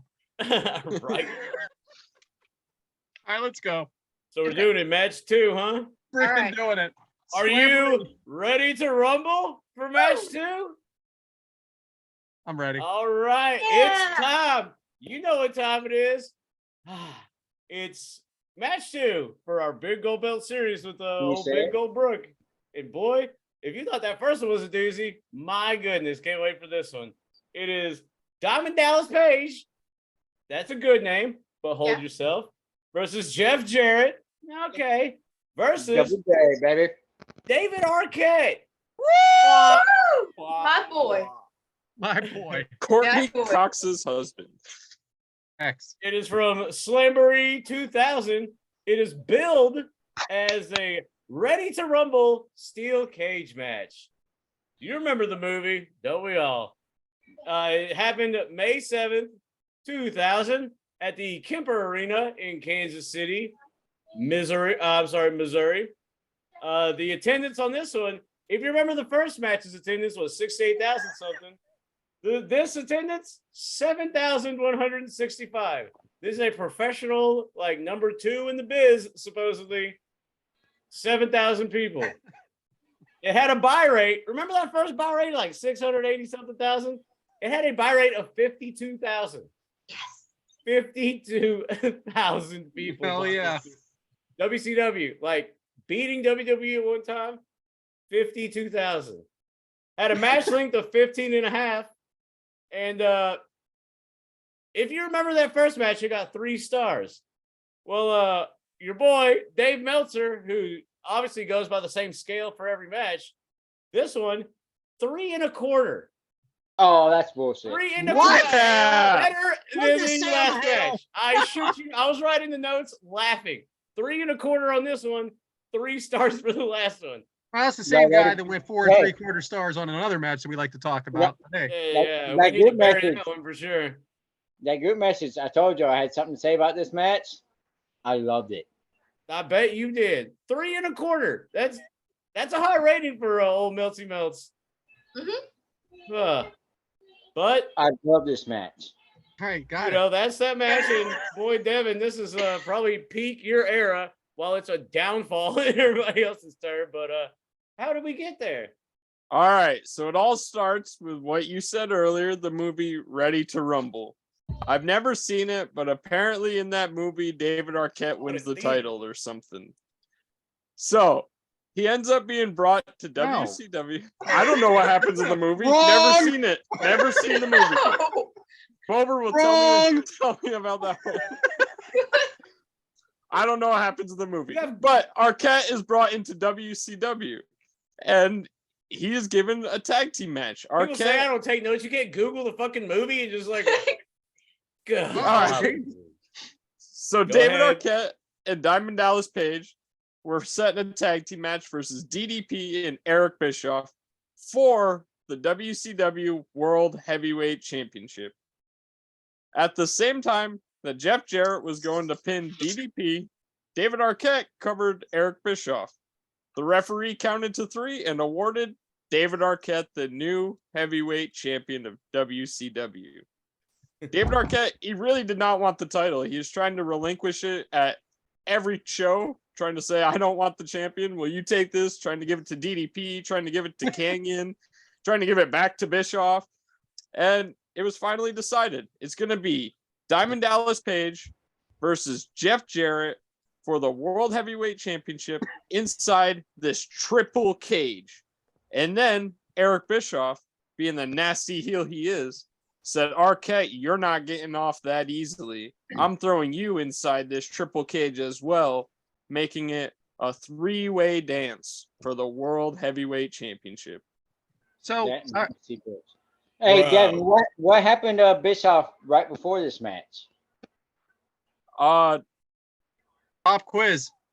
You watched the whole pay-per-view.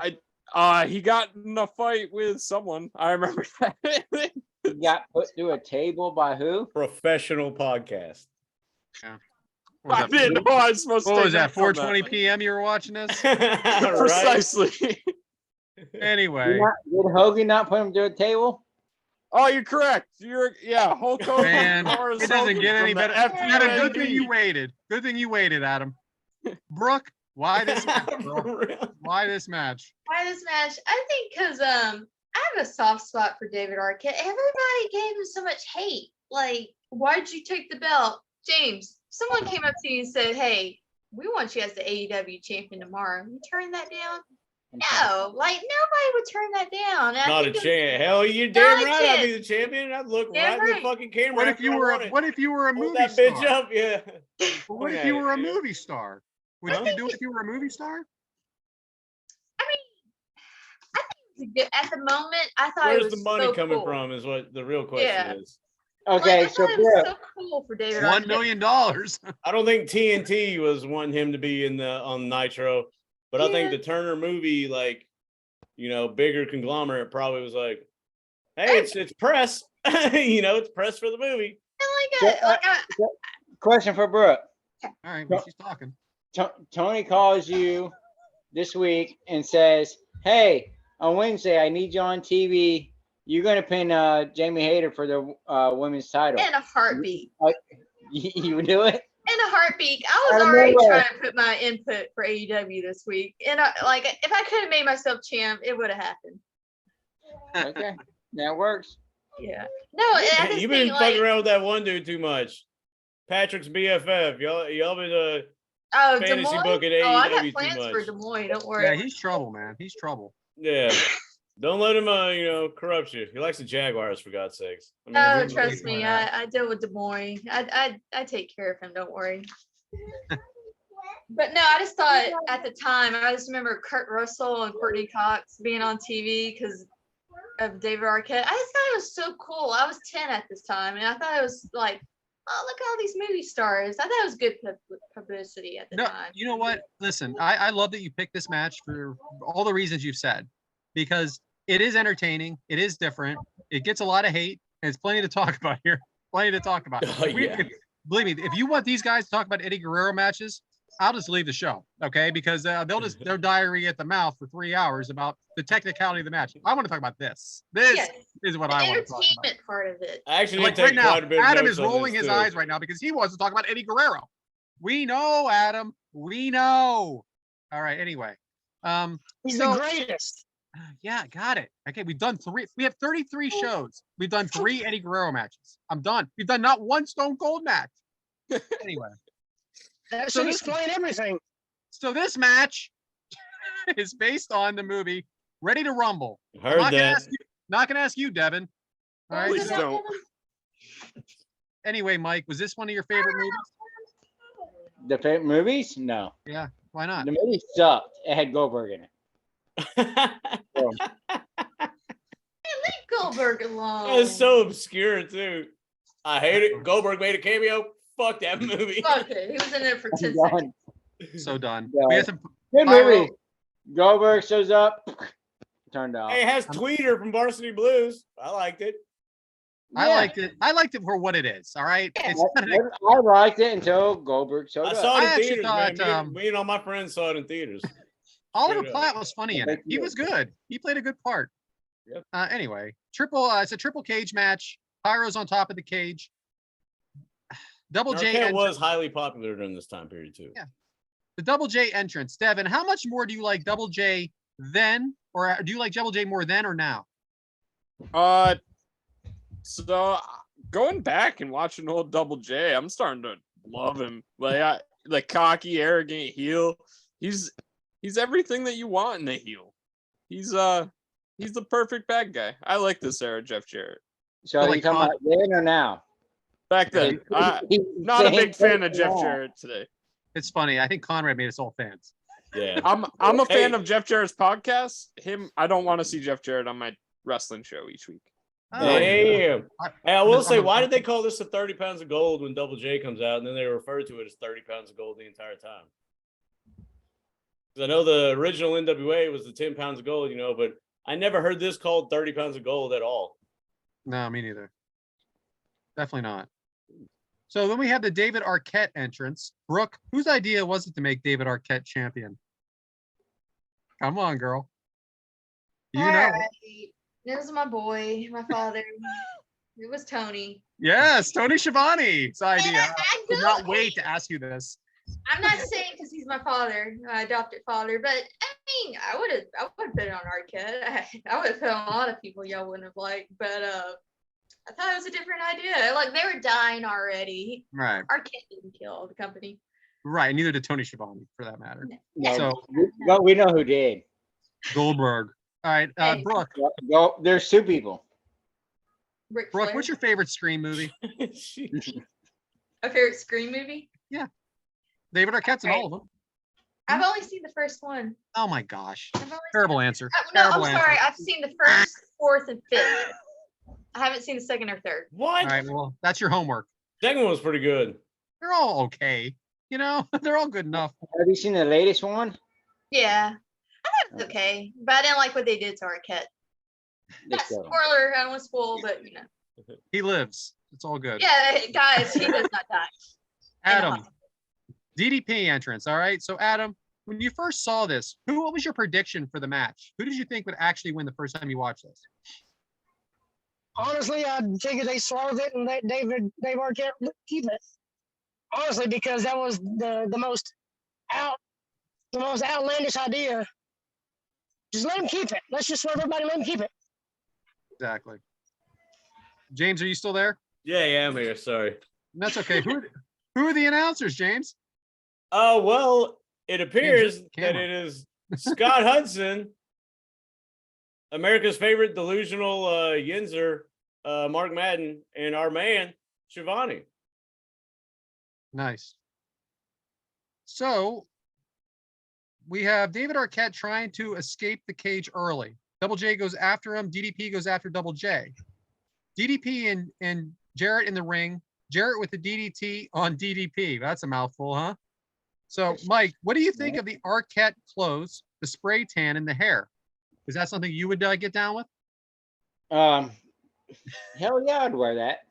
I'd wear that damn out on a date or something. No, I think it was him playing it like the actor of David Arquette. He was trying to be outbuoyant or whatever you want to call it. What was that? He was trying to be out there. He's trying to be noticed somehow. That kind of looks like Elvis. Dead Elvis. He looks That's like what a Mark, three-star Madden said. James Brown. Yeah, he was trying to show a way, put himself in the spotlight without having to do anything. How can Adam, you do that? With Adam, what what's you your what'd you think of all the camera? Can I finish before you ask Adam what he's his question? What? I'm But done. the camera Ask angles, Adam. I'm done. Such a prick. the Anyway. camera angles were garbage. Let's show the guys bleeding each other. Let's show Double J bleeding his forehead after he gets crunched at the ring post instead of hitting his head. That makes a lot of sense. Oh yeah, by the way, let's film DDP hitting an aluminum gas trash can and bleeding himself. Let's just show everybody what happens. So yeah, that's what I think about the stupid camera angles. So Brooke, what do you think of that, huh? Anyway, DDP pump handle slam to Double J. Arquette off the top turnbuckle misses. DDP watches. Devyn, you did the build to this. Why does DDP not seem to care about what David Arquette does at this point? So at this time, Arquette and David and DDP are actually in a team with Chris Kanyon, because Kanyon and DDP helped film most of Ready Ever Rumble. Like a lot of Who's the rest better of the than scenes and Canyon? Nobody. But so I honestly thought it was kind of odd that it didn't seem like that at points, that he wasn't like, trying to stand up for Arquette. He'd let Jarrett beat on him, or he'd But at the same time, is this not every man for himself? It is. It truly is. It's a three-way dance. Kind of reminds me of a match on AEW recently. Would you like to comment on that?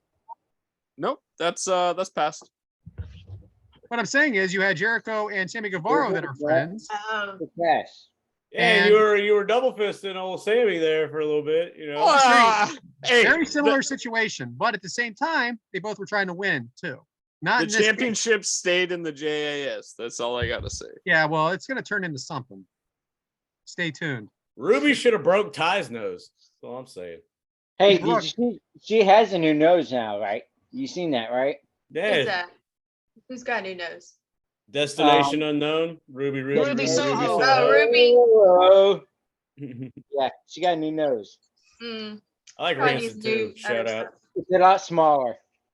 So, Brooke, David Arquette made a run in GCW, had a death match with Nick Gage. Are you a GCW fan, and did you see this match? God, no, I'm not a GCW fan. I can't take that seriously. No, I watched that match, and I think Nick Gage, I mean, like, dude, you knew what you were doing. Like, he was being a dick, Yeah. and I think he crossed the line. He fully admits it. He fully admits it in the dark side of the ring. And like when I found out he was coming to AEW, I'm like, well, maybe there's a chance for me to come if that guy can flip flop around and hit people with light twos. There it is. So I met him. I met him at the homecoming show Yeah. a year and a half back. I'm at the bar, and I see him, and I say, "Hey, man!" He gave me a full-on hug. I'm like, "This guy doesn't seem so tough to me." But anyway, it's all a show, man. But I know he got into some trouble. But Yeah. so the light things that got in my beer. I was drinking a beer, and that shattered and went in my beer. Nobody got me a Did new you have to beer. go to hospital afterwards? What? Did you go to hospital? I didn't drink the rest of the beer. Actually, It's I did. in our I'm archives. lying. I took Why? the thing out and drank So it. you worked your It's in beer. his fridge right now. Right. Beer. with a note that says like, date. It's a and all that stuff. souvenir. GCW show. Blah blah blah. Nick Cage's head. So Nick anyway, Gage's blood is in this beer. Arquette was just watching at this point, but he was in the wrong place, wrong time. He was He kind was of lost. He was lost the whole match. But was he? All right. I'm not going to ask James because you seem really invested in this, Adam. Were you as confused as the crowd was here? No, I was about as confused as Arquette was because he was waiting on cues to go do stuff. You can literally see him look down the aisle or whatever he's looking at to say, "Oh, hey, go up top." And that's what he does. He looks out to whoever he looks at, and then as soon as he looks out, he goes straight to the very top. So let me he's ask you- so lost. and He I spends a hate lot it of when- time just Yeah. Adam, Maybe- And I don't blame Dave Arquette. Because if it was me, I'd done the same thing. He But just Adam- wasn't put in a very good position. yeah. how dangerous is a match like this, especially when you have a novice involved? Oh, it's very dangerous. It's dangerous when you got professionals, but especially where a guy that's just totally lost. Because I mean, Jarrett hitting him, him getting pinned against the side of the fence, it all could have been real bad for him. He got lucky; he didn't get hurt real bad. Mike, did you think there was blood too early in this? Nope. Dynamite drop in. It's crazy as hell. You need blood coming out the ring. Like when you're walking down the ramp, you need to be bleeding. Like look Alright. at Oh, like, Moxley! Oh, Moxley! Like Goldberg headbutt the wall a couple times, and then fuck Goldberg. Fuck Goldberg. All right, Jelly You know, Belly. we need Goldberg as a special guest one time, just so Yeah. I can say fuck Goldberg. Can we do it live in studio? I wish. Yeah, because Hey, you'd be Tyler, get on destroyed. that! Get on that, Tyler! No, fuck Tyler. All right, go watch the game, guys. Y'all have a good night. all right, brother.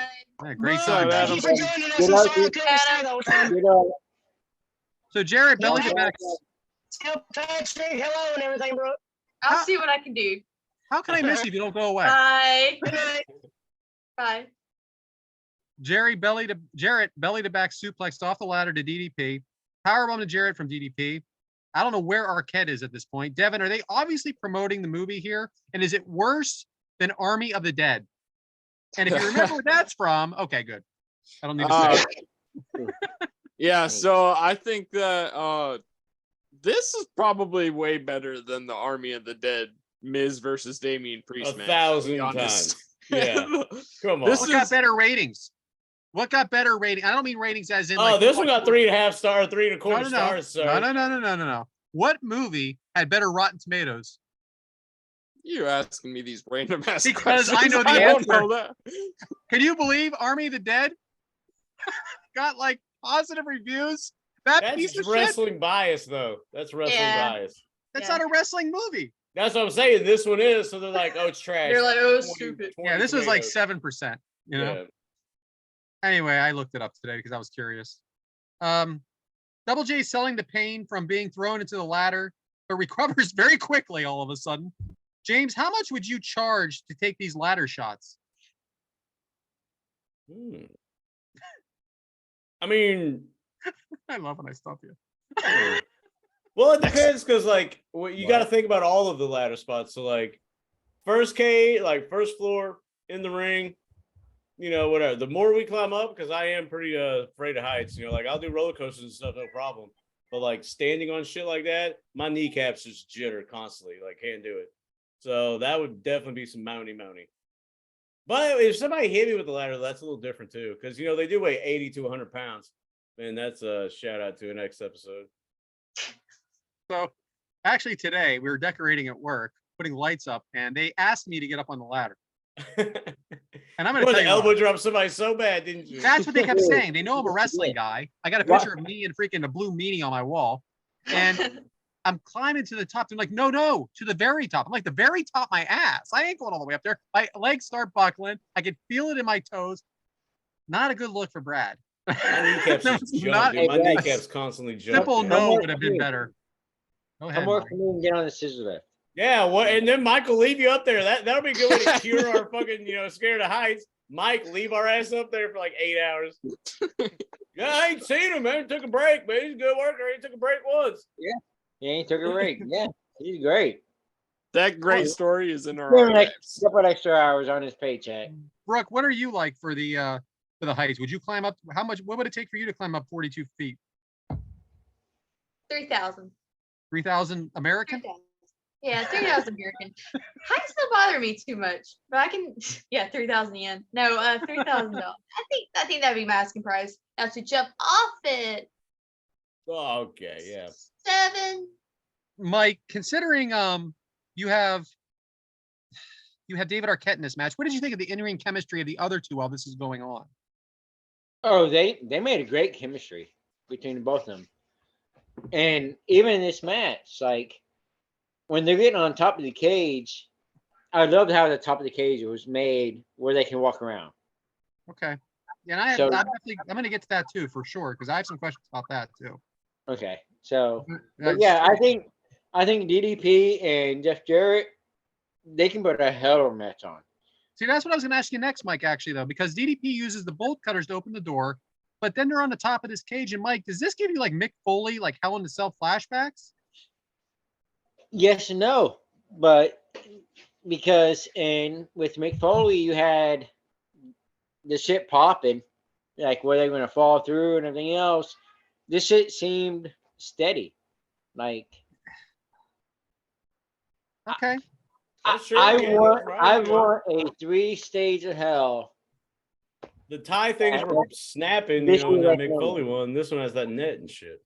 That's what I I'm talking about. think with what they know now, I think a 3-stage of hell match now, I think it'd be badass. Okay. I Brooke, would what do say you the think? venue they chose to book this in is a little questionable, but that's just me. Oh, right, because it's the Owen Hart one, right? Yeah. Okay. Oh. Well, Especially yeah, what happens at the end of this match. Well, there's a lot of conversation about why they did that, but I mean, I don't think it was I'm anything on telling you, purpose. this right here is really the only time they had this type of match, right? I don't know of any other time that this match exists. Yeah, except Ready in to the movie. Rumble. I mean, you're Well, Ready to sucker Rumble for was a timing, fucking too. movie. That did not count. Okay, Well, Mike. Goldberg You is- had the It's all theatrics, you know. Hulk Well, Hogan Ready and to Rumble Macho did not Man. count. It was a movie. Besides that, WWE didn't do it. WCW did it this one time. World Let's War have it Three, again. 3 Cages of Hell. I think it would be great right now. They have the opportunity to do it and make the cages better and safer. I think it'd be great. Brooke, we know Mike's opinion at this point. What do you think? Was it safe up there? I wouldn't do the 3 cages of hell now. Like I don't see the allure of having another cage on top of the cage. Like I know it's higher, more theatrics, but like I don't think it would be a big draw. It's cool looking, but I think it would get boring quickly. Look at Blood and Guts and then add 2 more cages. Remember how everybody shit all over Blood and Guts? Well, they're gonna shit all over that Okay. too. Take away Elimination Chamber. At this match, you have 6 or 7 people, however fucking many people they have on there. And this match had the title on the very top. You think it would not work today? I think people would watch it, but I don't know. Mm. How about let's book it? Let's just see what happens. Right? They I told you, they hung Hold on. Money in the Banks Oh my God. 20 feet above This is the some double J the shit. building. This is what's gonna Devyn, happen. you're right. MJF's No, belt's I'm gonna be talking straight. dangling from the top, and fucking Double J is gonna ride out there in the sunset with his guitar. That's it. That's all that and have matters. The exact Double same J. match, and that'll be his swan song. Devin, does I this need match to seem, call- I need to call Tony Khan, not Triple H. Devin, does this match seem too complicated at times? It was definitely confusing to me. Like I wasn't sure like what really the stages meant. And there was a referee in the first set of They cages. said the second one was what, like a death match or whatever. Yeah, but like And what the does third that one was the mean? guitar room. The guitar room. Oh, We're the gonna guitar get to room. that, but that made me laugh more than anything. I'm like, what the hell is this? So you thought it was complicated, Devin? Yeah. I mean, yeah, definitely a little more confusing than other matches we've seen. So James, while Mike's getting Tony Khan on the phone, Right. Yeah. so there is serving tray over the head to DDP. Did you think the weapon? Shatters. Did you think they were Fucking real? shatters. Did you think they were really laying it in, or were they just heavily gimmicked? That had to be sugar glass on that thing. But man, it just fucking broke up awesome. I thought it was sweet. I even put in here, where's it at? Whatever shattered on DDP's head in Cage 2 was badass. And then he did the blind punch thing as Jeff was grabbing something else. He did that, I thought it was funny. I thought it was cool. So I guess he already spoke to Tony Khan, but Brooke, at this point, WCW is absolutely in the toilet. Okay. Is it because of creative? Is it because of poor management? Is it because of the competitors? What is the reason that things are so bad? I think going back, I think it was I BR. want to say it started with the NWO. When it kind of got diluted, they didn't know where to go with that. I think once the NWO storyline wasn't hot, and WWE's like, well, we're creating new storylines. What are you guys doing? I think that's what killed it, to be honest. Like, I mean, yeah, Hogan's your biggest star, but they didn't build a company around anybody else but Hogan and NWO. And I mean, yeah, it was cool, for a year and a half, but you gotta look in the future, and I think that's what was the downslope of it. So It's you don't funny think it to was say a this fir- when Kidman and it was Hogan a were fighting. person had the initials BR, kind of came in there. It started going downhill. So I'm gonna tell you VR, right now. Bro, if they trusted him, the whole WCW company might I have think I it's will say TNT, man. I really think it's the company TNT is what really killed it. I'll tell you, I know what you're saying, Mike, but I'll tell you some really positive thing about Vince Russo right now. Freaking guy's not afraid to take a chance and try new shit every single week. And if every idea you have is successful, you're not trying enough. And that guy has proven it. He said it on ringside, or not ringside, I'm sorry, roughing it up the other day. He said, I would rather fail every week than give you the same regurgitated bullshit, bro.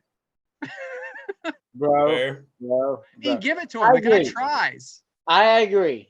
I give Vince Russo credit for what he did good. I have feelings about him we won't discuss here. So I could point out I'm about on board Vince, with you right now. I want to jump in this too, because I'm with you, Brad, because I watched this entire pay-per-view. There is not one veteran versus another veteran on this show, unless you consider Jeff Jarrett versus DDP. The other matches, it's Kurt Hennig versus a young guy. It's literally Hogan and Kidman. It's literally all these veterans versus these new breed talent. And Hogan and Bischoff get arguing, you know? Yeah, it's Horace Hogan's right next to Hulk Hogan, trying to make him a star. The whole Vince Russo era was trying to, this certain pay-per-view was trying to prepare for the next era of WCW. He just didn't have a control of the wrestlers. He didn't have any faith in them. Where'd it go? It was already in the toilet, not because of him. Yeah. Where'd it go? He freaking was trying to bring it back. They gave him a 3-week break. Man, we are away. Make it better today. Make it better today, Mike. Reel it on in. Reel it on in. Yeah, I'm telling you. This ain't a fucking WCW downfall episode. I don't think I've ever been a more Vince, because of the show I heard the other day, I'm more of a Vince Russo fan than I've ever been. I've never heard more honesty in my life. They said, how easy was it for you to create a show where 7 million people watch? You know what he said? Easy. He said easy. He said anybody could do it. You listen to the fans. You give them what they want. You see all the advertisers on the ring mat during this match? That's So you one put thing I noticed. Judy Bagwell on a fucking pole? Man, we're talking about Judy Bagwell on a pole. We're talking about this match. Reel it in. Reel it in. This isn't the Vince Russo discussion. We're talking Diamond Dallas Page versus Jeff Jarrett versus David Arquette from Slaboree 2000. We're discussing Patrick. Well, anyway, Brooke, what I was I getting have respect for all right, I'll Vince bring it back. Patrick, Shut why up, are you Mike. on the episode? I have respect. He's in bed. He's in bed. He goes to bed early. So it sure as hell isn't the effort in this match that brought WCW down, is what I was getting at. So both men are down now, while Arquette is jawing from the ground. I don't know what was even going on at this point. Now Arquette's climbing up, sneaking around to the top. Mike Awesome comes into this. What the hell's he doing here, Devyn? He's part of that new blood team with Vince Russo and Eric Bischoff and Billy Kidman and Sean Stasiak and all the new talent that I was kind of just talking about a second ago. Perfect. David Arquette on the top of the guitar room. Yeah. I don't know why that makes me so happy. Guitar room. Diamond Dallas Page and Jarrett coming up after the belt. Jarrett misses. Then everybody's missing at the guitar shops. DDP hands Arquette to the guitar to Arquette. A lot of laying around up here. Arquette just standing up there at the top, doing absolutely nothing. And then Arquette hits DDP with the guitar. Full heel turn. Double A J does the same. Were you surprised at all about this, Brooke? No. Or you just remember it, or like were you surprised? What were you, 7 at the time? I was 10. I was Okay. 10. I didn't watch the pay-per-view. We didn't get pay-per-views growing up, but like I just remember heard that. I heard that too. could sell out that 50 for David Arquette. But no, looking back, nah, it fit in the story. Like Arquette, I could see him as a good heel. If he decided wrestling was his calling, he'd be a good little heel. I think it was the best part of the match. Yeah. I really do, because Hell yeah. And it was set up like he had times to kind of face, but he never really did. And then right at the end, like then it made sense of why he didn't like help DDP more was because he was waiting on that turn, you know? Yeah. So I Double would turn J, on somebody. Double J and Arquette embrace. Double J grabs the title. For some reason, Canyon's there. Gets thrown all the way the fuck off. Oh, dude, you're Go ahead, missing James. the line of the night Go ahead. for my boy Tony. When Arquette or when Double J grabs the belt and then him and Arquette like hug and like celebrate at the top. It's the ultimate swerve, 42 feet in the air. And that was Jesus. Shivani, our boy. Our boy. The ultimate swerve with you, bro. But you But know, then we like were really 42 feet desperately in the out air. of time. We were desperately out of time. They went off the air. Didn't you think they went off early, James? I thought Chris Canyon fucking broke his back. I think he missed the crash pad because if you look, he thuds pretty hard, and like the part that his upper half is on is like stiff flat, and his lower half is on like a something that dents in. So it kind of looks like he didn't make it all the way. I thought he was because then Tony's like, "Oh my God, he's broke his back," and then somebody else, one of the other announcers, was like, "Oh, are you happy now, Russo and Bischoff? Are you happy now?" And I was like, "What? Going off the air?" And they did, like, boom. No, I just went off the air. Like, that's what I mean. Like, I feel like everything was still, it almost went off the air like a Nitro. Yeah, nothing was settled for sure. Yeah. Wow. Like they brought out all these people, but settled nothing. So I got a question here from the only one to ask questions this week was Mike Bober. Maybe I didn't put the questions out soon enough. And it is a doozy because he is completely wrong as always from somebody from Pittsburgh. Was it painfully obvious to you guys that once David Arquette was announced to be in this match, he was going to win? I thought he would. An asshole. You never I know, really though. thought- Yeah, I mean, it seems thought like he he would would win win. for sure. But it wasn't painfully obvious. He didn't win. I wouldn't say painfully obvious, no. But he thinks he won. That's my guess from this message, right? Yeah. I Oh, think you he calling him thought out he on won. his, you know? Oh, Brad, I thought you meant the Thunder match. Well, that's not Oh, what this we is said. 94, 95. Is this what you're doing right now? Are you retaliating? I'm gonna be tagged in Twitter at Hey, it's your 9:15 show, but if you fuck Thursday up morning. on our fuck up, you fucked up. You know? Yeah, We all- 9:15 Thursday morning. I'm gonna be tagged on Twitter in this one for sure. And then a follow up to @James Elkarai. That's me. Who do you think has had the better wrestling career, David Arquette or Katie Arquette? This is a homer question if I've ever seen one. Well, I would say, although David Arquette became champion, he is credited for a lot of the downfall of the WCW brand and thus wrestling as a whole because it went back to a monopoly with Vince McMahon. But I will say that although, you know, she hasn't held, let's say, the second in the world, you know, championship, Katie Arquette has had quite a stellar career. I know I've seen her with IWC, and I've also seen her on other shows and other promotions, and she's done well touring. Why are you so ready for this? Hey, 1 minute. I know I exactly think why he Katie asked that. Arquette. That is a homer question, big time. Everybody watch their 'Cause language. they're fans of Katie Arquette in the Yins Nation. You know what I'm saying? Yeah. Hey, I got one. Somebody want to say hi real quick. Say hi. Hey. Hey, This is Hi there, Hazel. sweetheart. Say hi. You're on everybody. air. Make it count. Say hi, everybody. Hi. Okay, you ready to go to bed? Yeah, go to bed. Yeah. All right, I'm good. Great job, Mike.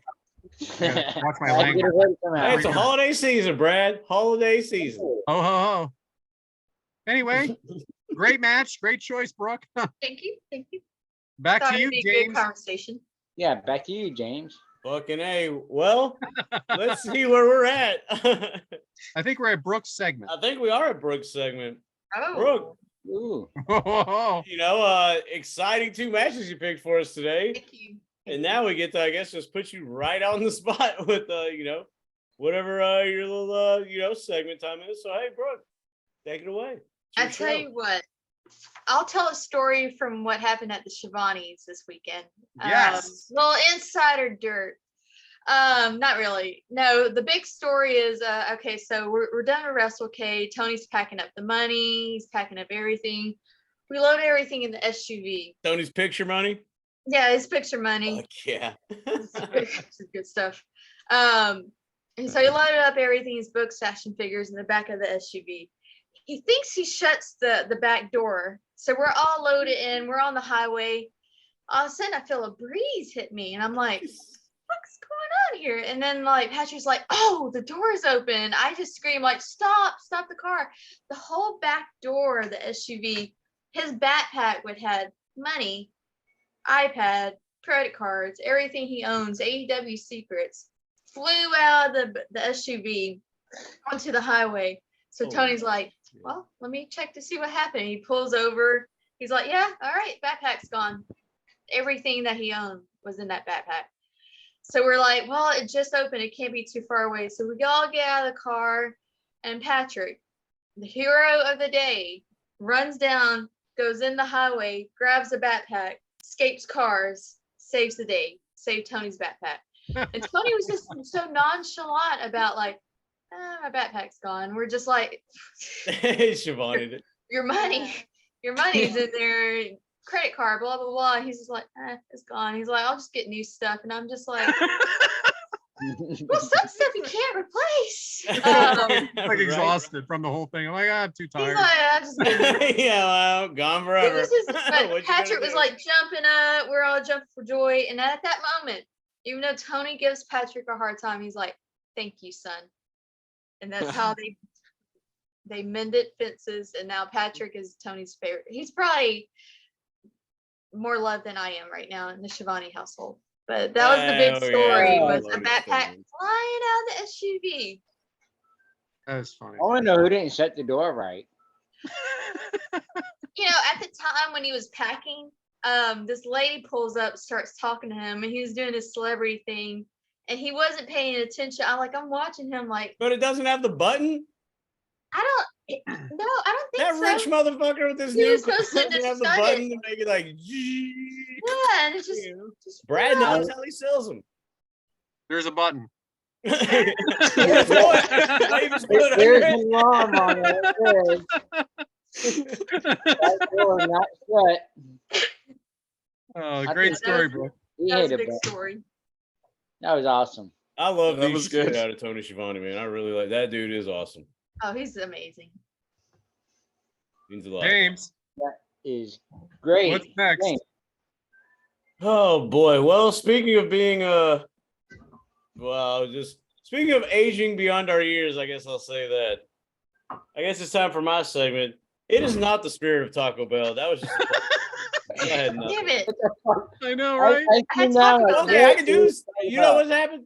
There's a food court next to our place at work. It used to have a Taco Bell. We always go get the $5 lunch, then they closed down. So now we gotta spend a bunch of money on every fucking thing else that's there. The Charlie's is there. You ever ate at Charlie's, a little Philly place? $9 for a small? Fuck out of my face with that. I mean, come on now. Nah, not happening. But yeah, that's the spirit of Taco Bell. But no, actually, give me one quick second. Nothing Well, like that's- downtime. What is No, Charlie's? no. Have you guys ever had See, the Charlie's? spirit of aging is, it's all about, making a comeback. You know what I'm saying? So that being said, glad to see my boy back on TV. When this airs, it'll be old hat, but hey, your boy Cowboy Shit is back on TV. So I just wanted to make that known. Reason I wore the shirt. Wore the shirt after he got injured, and didn't have to have that many episodes till he came back. So shout out to him. But yeah. Here's the spirit of being 37 since my birthday happened. Yay. Yeah, hell yeah. So I got a notice in the mail from my landlords that they were going to be over in like a couple days. So to fuck around with our ACs, change the filters, and maintenance and all that stuff. Like that's cool. So I had some little bit of cardboard piling up in the living room. Had to get rid of it. So I dragged the box full of boxes out to my dumpster, go to lift it into the dumpster. I guess I use a little bad form in this lift, which usually I'm good at the form part of it because I'm never like fucked around with any sore muscles or pull muscles or nothing. But I guess I fucked up on this one. Didn't think nothing of it. Woke up the next day. Really can't move my back that well. It's a hell to sleep. It hurts like a motherfucker. It's hard to bend. It's hard to, and I'm on my feet like 90% of my job. So yeah, you got old age, pull the muscle in my back, And then get a notice when they were here doing the maintenance. Oh, hey, by the way, your rent is raising, which they told me it was going to raise in December. So yeah, like, hey, just remember your rent raises in December. So hey, happy holidays, James. Go Christmas, go December. Give me more money for the fucking holidays, I guess is what my landlord thinks. So yeah, my rent raised. So pull the muscle in my back. My rent raised. Happy holidays, yo. Christmas time is the fucking happiest time of year. So why not raise rent? You know what I'm saying? Why not? Fuck gifts that you need to buy. Fuck all that stuff. Hey, we hear those sleigh bells ringling at the register. Ching, ching, chingling. Give me your money. So yeah, happy 37. Old as Happy fuck. 37. Finally injured and about to be homeless, I guess. Not really. I have enough money to pay rent, but yeah. No And presents. that is the spirit of Taco Bell. Yay! You know what I'm saying? We don't. So, Hey, and they get enchiladas right now. Hope you Well, I'm get gonna 'em. need Taco Bell for the $5 meals because my goddamn rent just went up. You know what I'm saying? I get it. So yeah, that being said, sometimes I may feel alone or deserted. So Brad, what is So, what's next Brooke, on here? Brooke, honestly, normally, and it's probably 8 out of 10, I do F Mary kills here, and on no circumstances could I do that with you here. I just could not do it. Thank And you. my wife We and I, tried. you know, That my is wife and I, 100% true. Brad was adamant there is not going to be one. I told We you didn't when push the subject, but Brad was like, "We're not doing it." and when I was in Chicago, I told you, my wife and I, like, we've seen your posts on Facebook with you and your husband. We think you're really cute. We love you. And there was no way, there was no way I was doing that with you Shade here. Brooke like this. We can't corrupt her. Now we've had other ladies on here, but they wanted to play. I had a time I asked them. I wasn't even approaching you with the subject. Okay, so Thank here you. we are. Thank you. Plus, I didn't know Patrick was Patrick will be hanging out listening to behind this. you anyway. I didn't know, like, Patrick, like, what's going on over there? So I we're gonna thought play. he was here right by now. Hey, gonna do play give a our nice- best to Patrick, though. I know he's not on, but do give Yeah, our best he's to in Patrick. bed right now. Like literally. What his bed is bed he in? Because he's 10:30. not in that bed No, behind no, you. this is our guest bedroom. Okay, I was just curious. Yeah, no. So we're gonna go ahead and play a game called Brooke left, but Deserted us on that one. we're gonna there you are. Sorry. We're gonna play a game called Deserted Island. And what this is the one thing you're allowed to bring to the deserted island with you. We played this before. It's usually dirty. Again, we're not playing that way. This We is going to respect you, be wrestling movies. Okay, since we're doing a wrestling theme match today, we went with wrestling movies. So you're allowed to bring one of these wrestling movies to the island with you, and only one. Okay. So the 5 movies are Okay. Ready to Rumble, for what we just watched, of course. Nacho Libre starring Jack Black. Nacho. The Wrestler. The Wrestler is with the guy from 9.5 Weeks. Mickey Rourke. Mickey Rourke. Had to make it somewhat dirty, sorry. No Holds Barred, Hulk Hogan and Zeus. And Fighting with My Family, the story of Paige. The Wrestler. Very, very, very different movies. We got comedy, we have ridiculousness, we have drama. Brooke, what are you taking with you? I'm definitely doing The Wrestler. Yeah. That was such a good movie. Like I still watch it.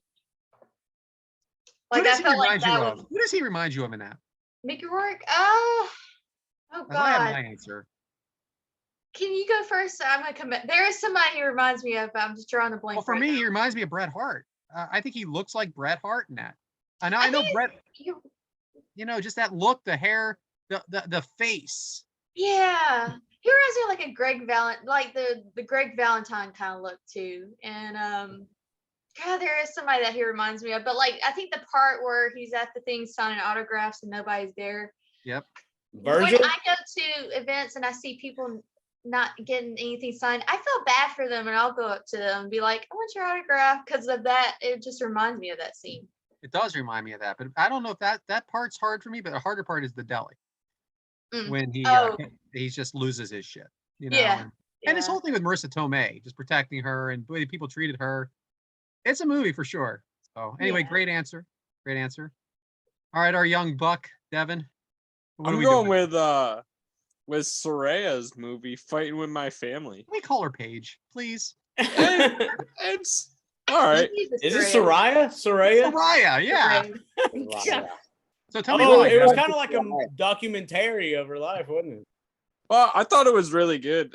Me and Erica actually went and seen it in theaters. We own it on DVD now. I've seen it 3 or 4 times. I really like it. The Rock made it. Who's your from favorite his, character in the movie? The girl that actually plays Paige herself. I like her. The guy that plays Zachary, her brother, he's really good as well. You know who I liked? Vince Vaughn in it. I agree. That's my favorite. All right. Vince Vaughn's great in every movie, though. Well, because but the part he was playing was the wrestler didn't quite make it. They got beat up every week and trying to talk her out of it, or her brother out of it. But anyway, excellent movies as well. I agree with you, Devin. All right, asshole. Talking to you, Whitaker. Look at the ceiling. Look at the lights. I feel like your ceiling's really high up. Yeah, that's all. That's your damn. That's all. I'm gonna go with. You see, Brooke? I told you. I told you. Man, leave my boy alone. Oh, That's what I'm please. saying. He's a good dude. I'm nice to James. I'm gonna agree with Brooke and go with the wrestler. It's been on TV for the past couple of weeks, and I watched it. Great movie. It's a great storytelling movie. It is. So wrestler it is for me. James? How can I I help you? do. I like Nacho Libre, but it's not my choice. But the movie, it'll always have a special place in my heart because I went to see it with my friend Jesse, and there's a story involved with that. Oh.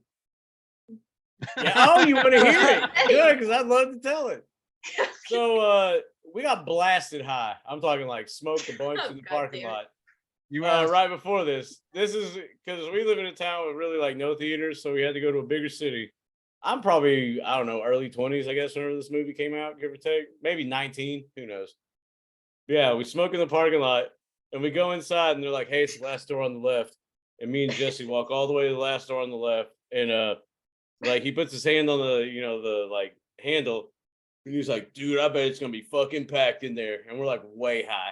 And it was like, so he opens the door, walks in, and then he stops. I walk in behind him, boom, like, walk into his back. And we look up, and it's a fucking janitor's closet. They thought it was the last door on the left. He's like, I bet it's packed in here. Walk in, and it's this narrow ass room. It was packed. Like, with mop fucking buckets. Freaking great. Yeah. So we're dying laughing by the time we get to like the actual theater. We open the door, still busting up laughing. It is packed. Everybody looks at us. We had to like shimmy through people to get to our seats. We're two big guys. Like, oh, it was fucking hilarious. But yeah. That being said, Deserted Island with one wrestling movie. And only these five. Choices again? Ready to Rumble. No. Nacho Libre. The Wrestler. No Holds Barred. Fighting with My Family.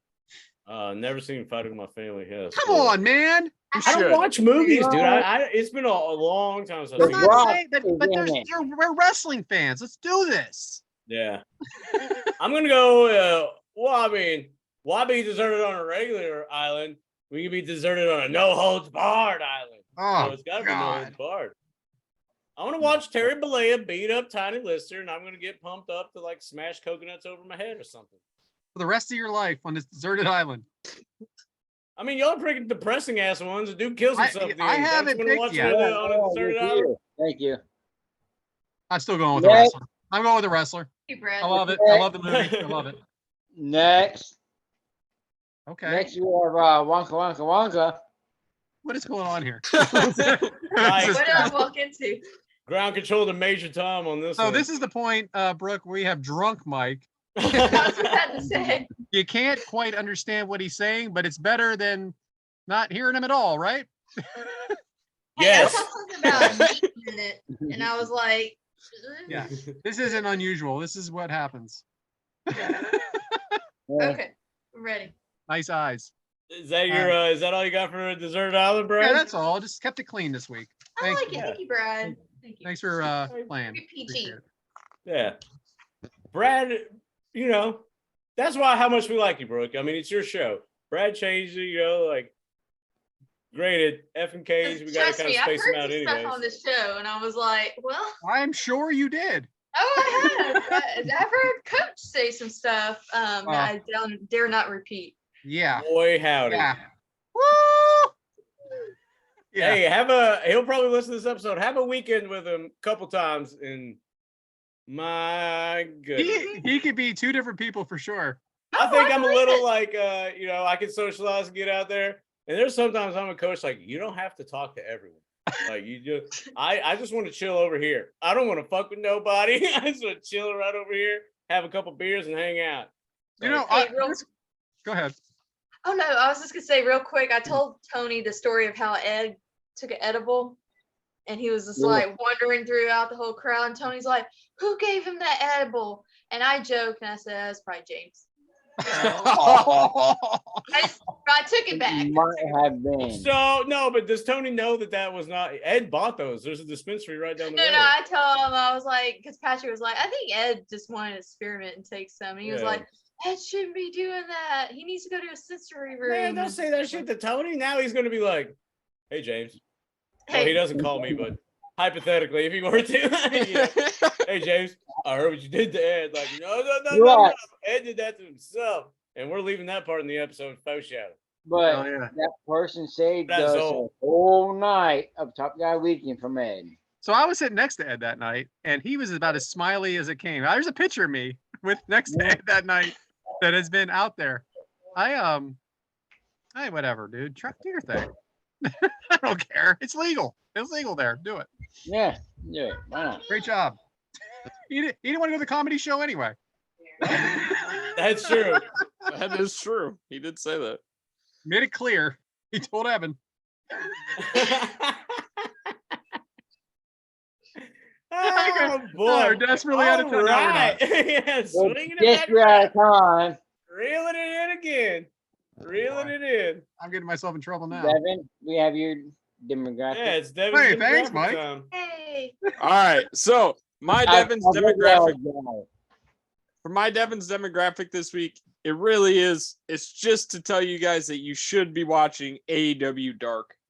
I've been watching AEW Dark and Dark Elevation for the past month now, and We just need to change your fucking thing to what TV show is Devyn watching this week? Like, that's what we need to have it. Like, you took a little sprinkle of coaches, like movie and TV time. And now it's just like, you guys, hey, did you see The Masked Singer? Hey, did you see this other reality TV show? Hey, you guys watching AEW Dark? So it's what my age demographic is liking. And right now, I feel like we're all liking AEW Dark. They have some really good rivalries between like Kip Sabian and Alex Reynolds right now. They have between the best friends, they've been feuding with Arya Davari's team. I think AEW Dark's where you need to watch. Yeah, I'll just fit it into my schedule, Devyn. So I got 3 hours of Raw Monday. I got 2 hours of NXT, 2 hours of Dynamite. I try to watch Impact, an hour of Rampage, and maybe a pay-per-view. Yeah, skip NXT. I'm already skip NXT and watch NWA. I'm not skipping NXT. And then you have a watch along of a Survivor Series, Great job by our friend James Elkarai on that. Shout out. Thanks for coming, Devyn. Yeah, I thought it was fun. Hey, I was there for right the fuck back out. You were there for one match and one match. I was there for one match. How was the second half? The second half, my ass, bro. You were there for 20 minutes. I was there. You want to shout out after shows? Let's do that again sometime. Yeah, definitely. Well, thanks, Devyn. We'll definitely. So, what was your demographic? Like, we should watch Dark, I guess. Yeah, watch Dark. It's on YouTube. Watch Dark with Sammy Guevara on Dark. Is the voice coming out soon or what? on AEW Dark Elevation, it's Ian Riccaboni who's now the commentator. So they have been doing a lot more Ring of Honor matches on there and putting a more Ring of Honor centric feel on there. So I feel like honestly that if Ring of Honor can't get a TV deal, I could see one of the Darks turn into a Ring of Honor. It's not Ring of Honor. It's AEW. Okay, they can call it whatever they want. It's just like WCW when it was owned by WWE. It's AEW. If freaking Tony Khan wants to put Ring of Honor on TV, he's gonna do it. Can't get a TV deal. This isn't owned by the former management ownership. This is freaking a billionaire. If he wants to put it on TV, he'll buy a station and put it on. Ain't saying. That's what he said. Hey, what language is this? He said, "This ain't Shane. This ain't Shane. This is me." I own ROW. Like what the fuck? Like, fuck him. All right, Mike's feet minute. On to you, Mike. Oh, Mike's Meat Minute is going to be a blast. Oh, you ready for it? I don't don't know. know. We're ready. Both of y'all were like, I don't know. Well, Yeah. hey, what better way to burn this mother down than with Mike's Meat Minute? So, Mike, what you got? All right, so I'm gonna go with a quick, easy fix. Because I work till 4:30, 5 o'clock. I got kids that's in wrestling class. I got to pick up kids, everything else. What you want to do right now? You go to Wendy's. $12. 50 chicken nuggets for $12. Pick it up. There you go. I knew when this started with some backstory, I was like, this is not. Because normally it's like, Mike. you're going to want to do this and do this. Not Mike Dude. being like, And this is what I happens got to when do you these start damn drinking kids. at 4:30. I got to go do this. Yeah. 4:30 Eastern. If I'm going to Wendy's, I'm getting a bacon. $12.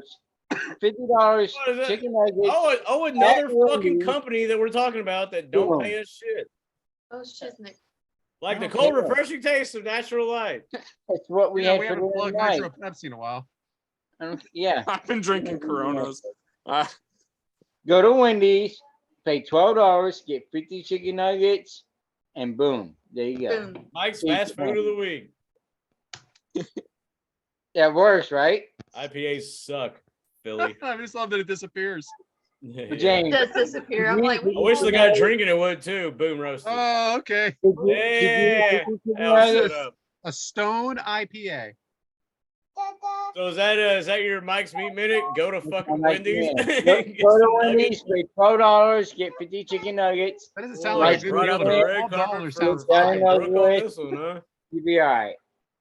all right.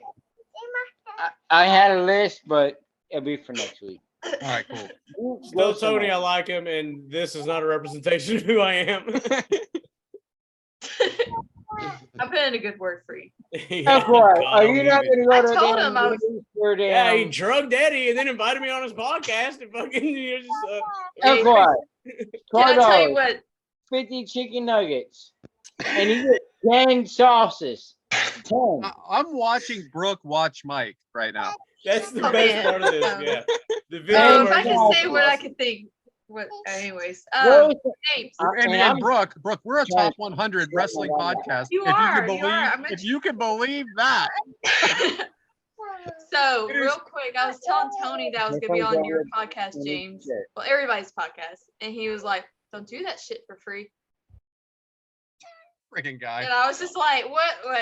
Am I supposed to send James an invoice, like $50, for me to be on it?" But he was like, "You don't do that for free. You asked for a price," and I'm like, "Okay, Dude, I'm on my not." bonus episode, he was like, and I heard you're part of a podcast, the Kick Out Crew. And I was like, yeah. So I don't, hey, I mean, we're being talked about by some of the best. That's all I Yeah, gotta say. he knows about it, so Awesome. Thanks, Brooke. Yeah, your check will be in the mail right after this All right, because it's my 6 cents. 1987, I guess. or is it a coupon for 50 count chicken nugget?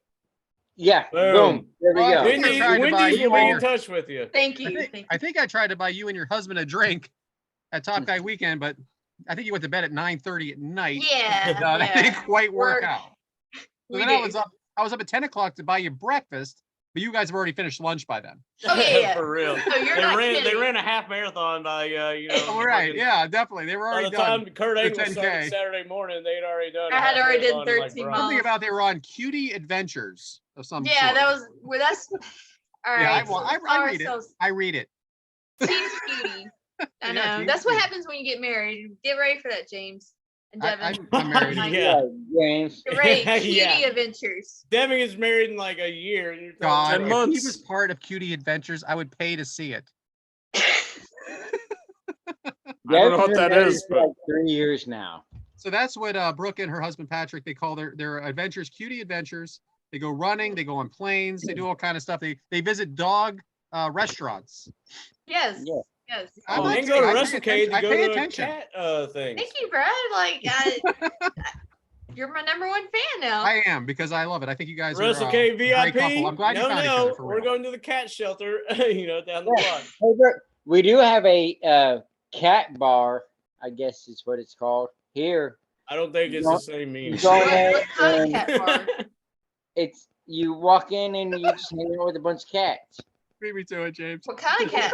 Yeah, I'm sure it's cats. A bunch of cats, like it's cats, like a cat, Look, like Don't cat promote. that the cat. You can't that's- say the other word. But Anyway, no, James, it's back a to you.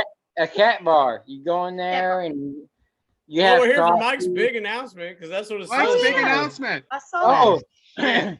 This is gonna be good. big Wait. announcement. So, with permission from RJ, Mhm. we are going to take over the rivalry rant. And what we're gonna do is we're gonna take a rivalry or two rivalries every week, watch one match, two matches, whatever. We'll figure it out. It's in the works, but we're gonna take the rivalry rant from Ringside Rant and make it into something. So just to help out Mike here a little bit. Ringside Rant had a rivalry thing where they put it out to the fans. What do you think your favorite rivalries are? Like Stone Cold versus The Rock, or Dusty versus Ric Flair. My favorite was Raven versus Tommy Dreamer, which didn't make anything. But anyway, so we're gonna do a top 20. That's how we're I think. gonna Precious. There's no sunshine. and- There's no precious. So it's gonna be something like we're gonna do a match from each rivalry a week. So there'll be two a week from two different rivalries. We're not gonna do it next week. We're gonna put it to the fans. We got permission from RJ, Ringside Rant. Just another way for us to keep a theme going is really what the idea is. Did that help? Yeah, No, I that- totally understand it I now. was not ready for it. So we're do you ready for submit it. as a fan? You haven't do you- shut up about it all week, Mike. If you're a fan, how do you submit your rivalry? So, we're gonna have Mike when he feels better tomorrow, put it out Yeah. on Twitter, and we're gonna start getting it that way. Oh. Yeah, we're actually guys fans. Then whichever ones get the most votes, probably like Where's- tinker up the list. I think we're Yeah. gonna what we're What's talking the about, Mike, rivalry? was just getting them in here and then us deciding what we think is the best. Yes. So we want you fans. Because it's to our tell show. us what your I favorite guess rivalry so. our Hey show. fans, what is your favorite rivalry? Cool. These Shit. are ours. Like We're gonna pick That from theirs. sounds like- We're gonna pick from theirs, James. So Okay. whatever your favorite rivalry is, you let us know. Message on Twitter, wherever you can find us. Devyn has it on Instagram and TikTok and Snapchat and Instagram. right. All right. And This is what we call Devyn off the all right, rails. so yeah, we will And- definitely be All sharing right. the If you details. message us, Tyler will definitely get back to you. No, fuck Tyler. And I'll probably be back I till January took anyway. Tyler's place. oh, you're gonna take Tyler's place. Hey, I'm good with that. I don't even like Tyler's mom anymore. I don't even know Tyler. You but he hired sounds like a Tyler. bum. Anyway, Tyler. back to So you, James. yeah, Please, back to you, James. yeah. So this is what's going to happen. You will see more details of that being posted, but we're going to get everybody's feedback on some great rivalries. Probably cover a match from each one, and see by the end of it, see what happens. So that being said, it looks like it may be about that time. Oh, The tape machines are rolling. But yeah, I guess next week is We're doing tag team titles. We're gonna go AEW Championship, Tag Team Championship. nice. Boy, I threw that out there, huh? Pretty bad. Yeah, we gotta find those on freaking YouTube, Mike. We don't know the matches yet, but you'll know them. Put them out on Twitter. Already Yeah. by the time you hear this, it'll already be out there. I didn't damn know. right. I that feel like we was say that AEW. every episode. I start talking, James, and I'm like, yep. Yeah. So by the time this episode comes out, AEW Tag Team Champions of the World. Thank you. yep. Exactly. Exactly. I'm going for it, dude. Y'all. All right, Well, hey, we didn't I'm know. done. I'm done. Thank Okay. God. I'm going to eat my 50-piece chicken Just say nugget. goodbye. I am.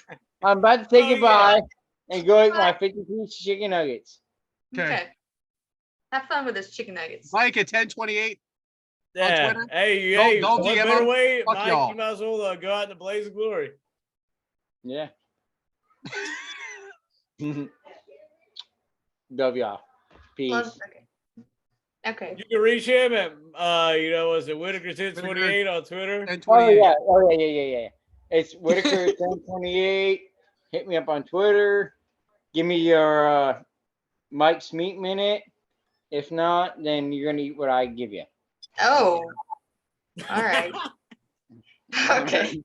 Brooke, the glasses are off. That's never a good sign. Oh man. He's All going. right. This is the He's end. going with me. All right, Yeah, yeah, he's that's Mike. You can send your recipes to him. That's what he was trying to get to. I am James Elacori. That is at James Elacori. It's easy. Keep it simple. I don't have gimmicks like these other fools because I'm genuinely me. And I'm Oh, nice, according to some. Oh, God. Assholes. I do This has this. been so he's an fun. angel. Oh, Welcome back, Hangman Page, once again. Yeah, thank you, Brooke, for that. and if you look at what happened when, there's a T-shirt called "You Are Lie." That's a good cross promotion.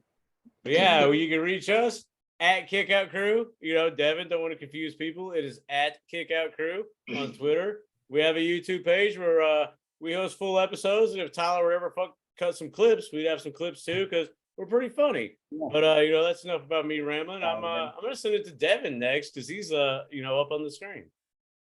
I am Devyn Dowling at DevynD19. Like James said, follow the Kickout Crew page itself on Twitter at Kickout Crew. Then on Instagram and TikTok, we are at Kickout Crew Podcast. Just check us out wherever, guys. This is another fun episode this week. Nice to meet you, bro. It's very nice to meet you. Oh, You're an Hey, hey. angel too. Oh, thanks. See, He is building fine. communities, Pick building on him, but he is families. a That's nice what guy. happens on your show. On your show, we all come together. You know what I'm saying? So, Brad, I guess, yeah, I wouldn't. So, Brad, Let's get back to normal here. yeah. I am Brad. I am at Brad, and apparently my gimmick name is Brad at YesMan Brad on Twitter. Brooke, I want to thank you so much for coming on. This was a real pleasure. Like I said, big fan of you and your husband. Think you guys are great. So hope to have you back. Okay. Oh, And, it's a lot of Patrick, show no. having back. I mean, it's your show. We'd love to have you back. It's your show. And speaking No, of I had a you, great time. hey, Brooke, you're the show. main event here. So, tell the people how they can reach you, follow you, do whatever, promote Well. shit. You know what I'm saying? My Twitter name is at BrittBalcom4. If you message me, I will not reach back to you because I had to reactivate my Twitter after 6 years for this show. So I probably will not reach back, but you can try to send me a message or a DM. She But- follows one person or one group, and one group follows her. That is us. Well, yeah, I mean, promote like anything you want to promote Yeah. or like talk about what you're doing, things coming up, causes that you like, anything like that. Well, the only thing I have coming up is I got a half marathon I'm training for. So wish me Awesome. luck that I don't die in that. And Good luck. You run Yeah, one thank every you. Saturday. a little 5K. It's at least 2 every other week. It's nothing. For real. I know. I Um, like every one of them. You do. I noticed who likes my stuff. I do like your stuff. Mike, I don't Yeah. see likes. Okay, I got beef with you. That's the meat minute right there. I get no likes. What's going on? I like you. I don't know. Mike's, Okay, we're moving Mike's a problem. Mike's a But problem. no, thanks I don't guys for like- having me on. I was really nervous to do this. I thought I would talk your ears off, and I had a lot of fun actually. No, don't worry. Thank y'all Amy so does much. that for all of us. Amy's the one that talks everybody's ear off. You're not a problem. Amy's the problem. Well, our show with Amy was 3 hours and 10 minutes long, and she didn't even finish it. Oh, Yeah, she's an issue. I don't know if you know that, but she is. But no, no, y'all man. are great. Y'all are gonna do big things. I will. Hey, at the next WrestleCade, I'll have a booth for you guys. All right, Awesome. we'll make it happen. That was a Live great picture of you. podcast. Great picture of you, by the way, with that in that booth. That was awesome. Well, we want to thank you for joining because you're big time. You know, the WHW fame, like you're real famous now, especially being photoshopped in that thing with you and Patrick. I thought that was really awesome. Oh my god, that made my year. I was just mad that I wasn't holding Bug, but it's okay. Right. Yeah. But yeah. By the way, Adam underscore at Bama, right? Adam underscore from underscore Bama. He's being a dad right now. We can't hate him for that. You know what I'm saying? But he could tell us before today. Hey, well, yeah. I don't know if they make those schedules months in advance where he'd be able to let us know. I don't know. Crazy. Adam is a today kind of guy. Anyway. Yeah, we want to thank Brooke for joining us. You're one of my favorite people. I'm glad. I've been trying to get you on for God knows how long. All right. Well, first off, there's no trying. We were not stopping it. Whatever the case may be. But yeah, I'm glad you're able to join us today. I really had a great time. Hope everybody else did too. And you know, that brings me like there are times where everything's peachy keen. Like right now, we're rolling, you know, having good times. But if anything were to ever get you down and you think that the world just ain't, you know, having your back and things just get too tough, well, they never are too tough. You know why? Because we kick out at two. All of us. Because that's what we do. That's what y'all do. Because, you know, we're the Kick Out Crew and it's your show. So, you know, tell us what you want. If you need an ear, that's why we're here. We're the Kick Out Crew. So I want to thank Brooke. Thank everybody for listening. And hey, have a great fucking week. You know what I'm saying? See you next week. Peace. Bye.